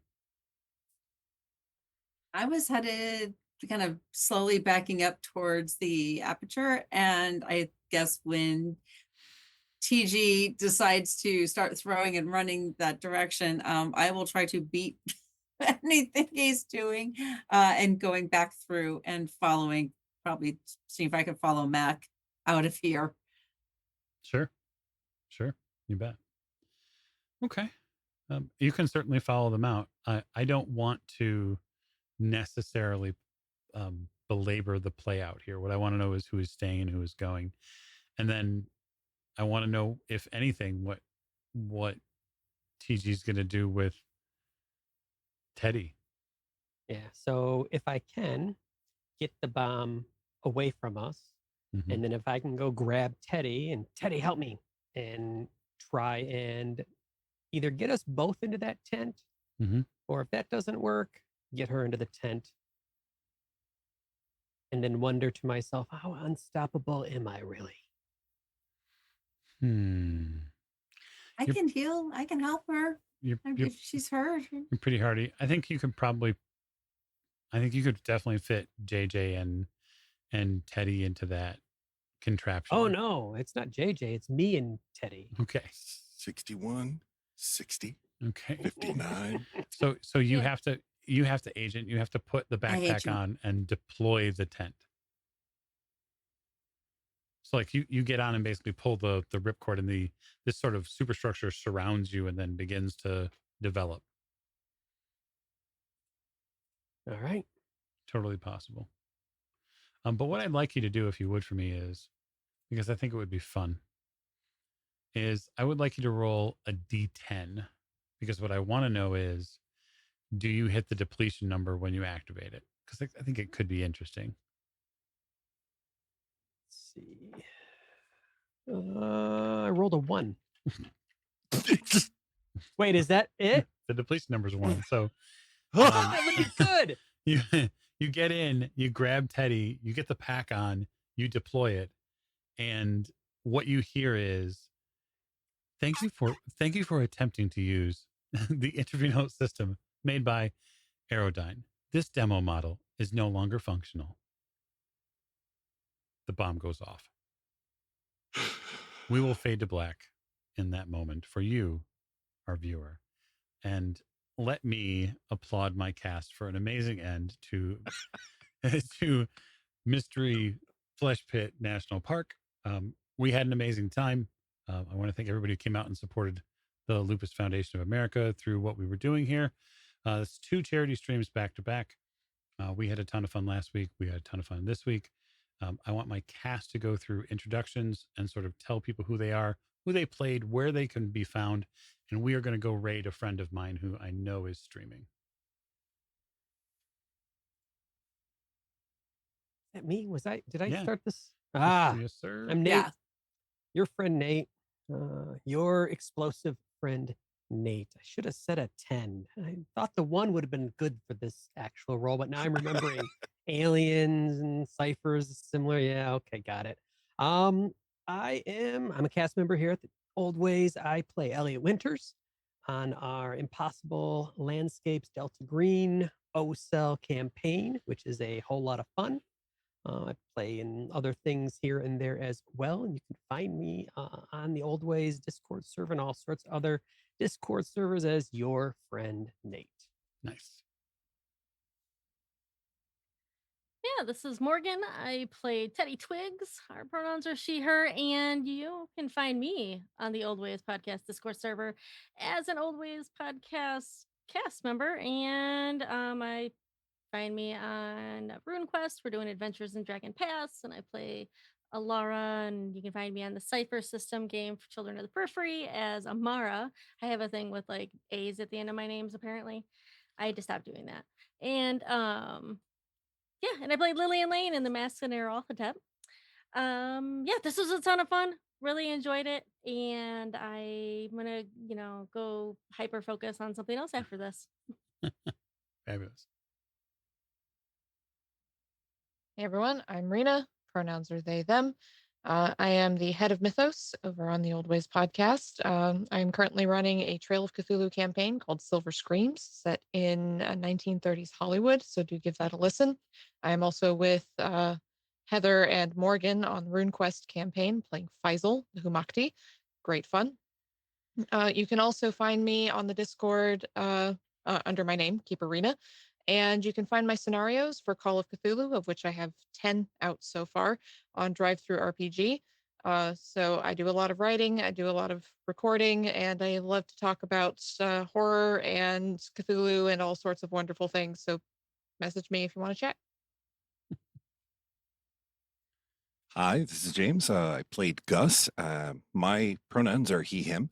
And I first of all, I want to say I had a fantastic time with this tonight. The cipher system was awesome. The storyline was great. This is not a national park. The Ansel Adams photos alone with Peach is terrific. You can find me on the Discord server. I was the Dr. Sigmund Tottenbach on the original, on the Gnarly the Tep, the old Masks crew. And currently, I play Finn the Fisherman on our RuneQuest group. With our RuneQuest group, I enjoy sewing as much Discord as I enjoy being here on Discord. And as for things, you can see me, you can find me on Drive Through RPG. If you look my name, I have myriad of covers accomplished and a couple of scenarios of my own. I highly suggest checking them out. And I had again a fantastic time with this evening. Awesome. And to bring up the rear, literally and figuratively, I think, with the before the bomb goes off. Hi, everybody. I am Valley Girl Heather. That you can pretty much find me on pretty much all the socials.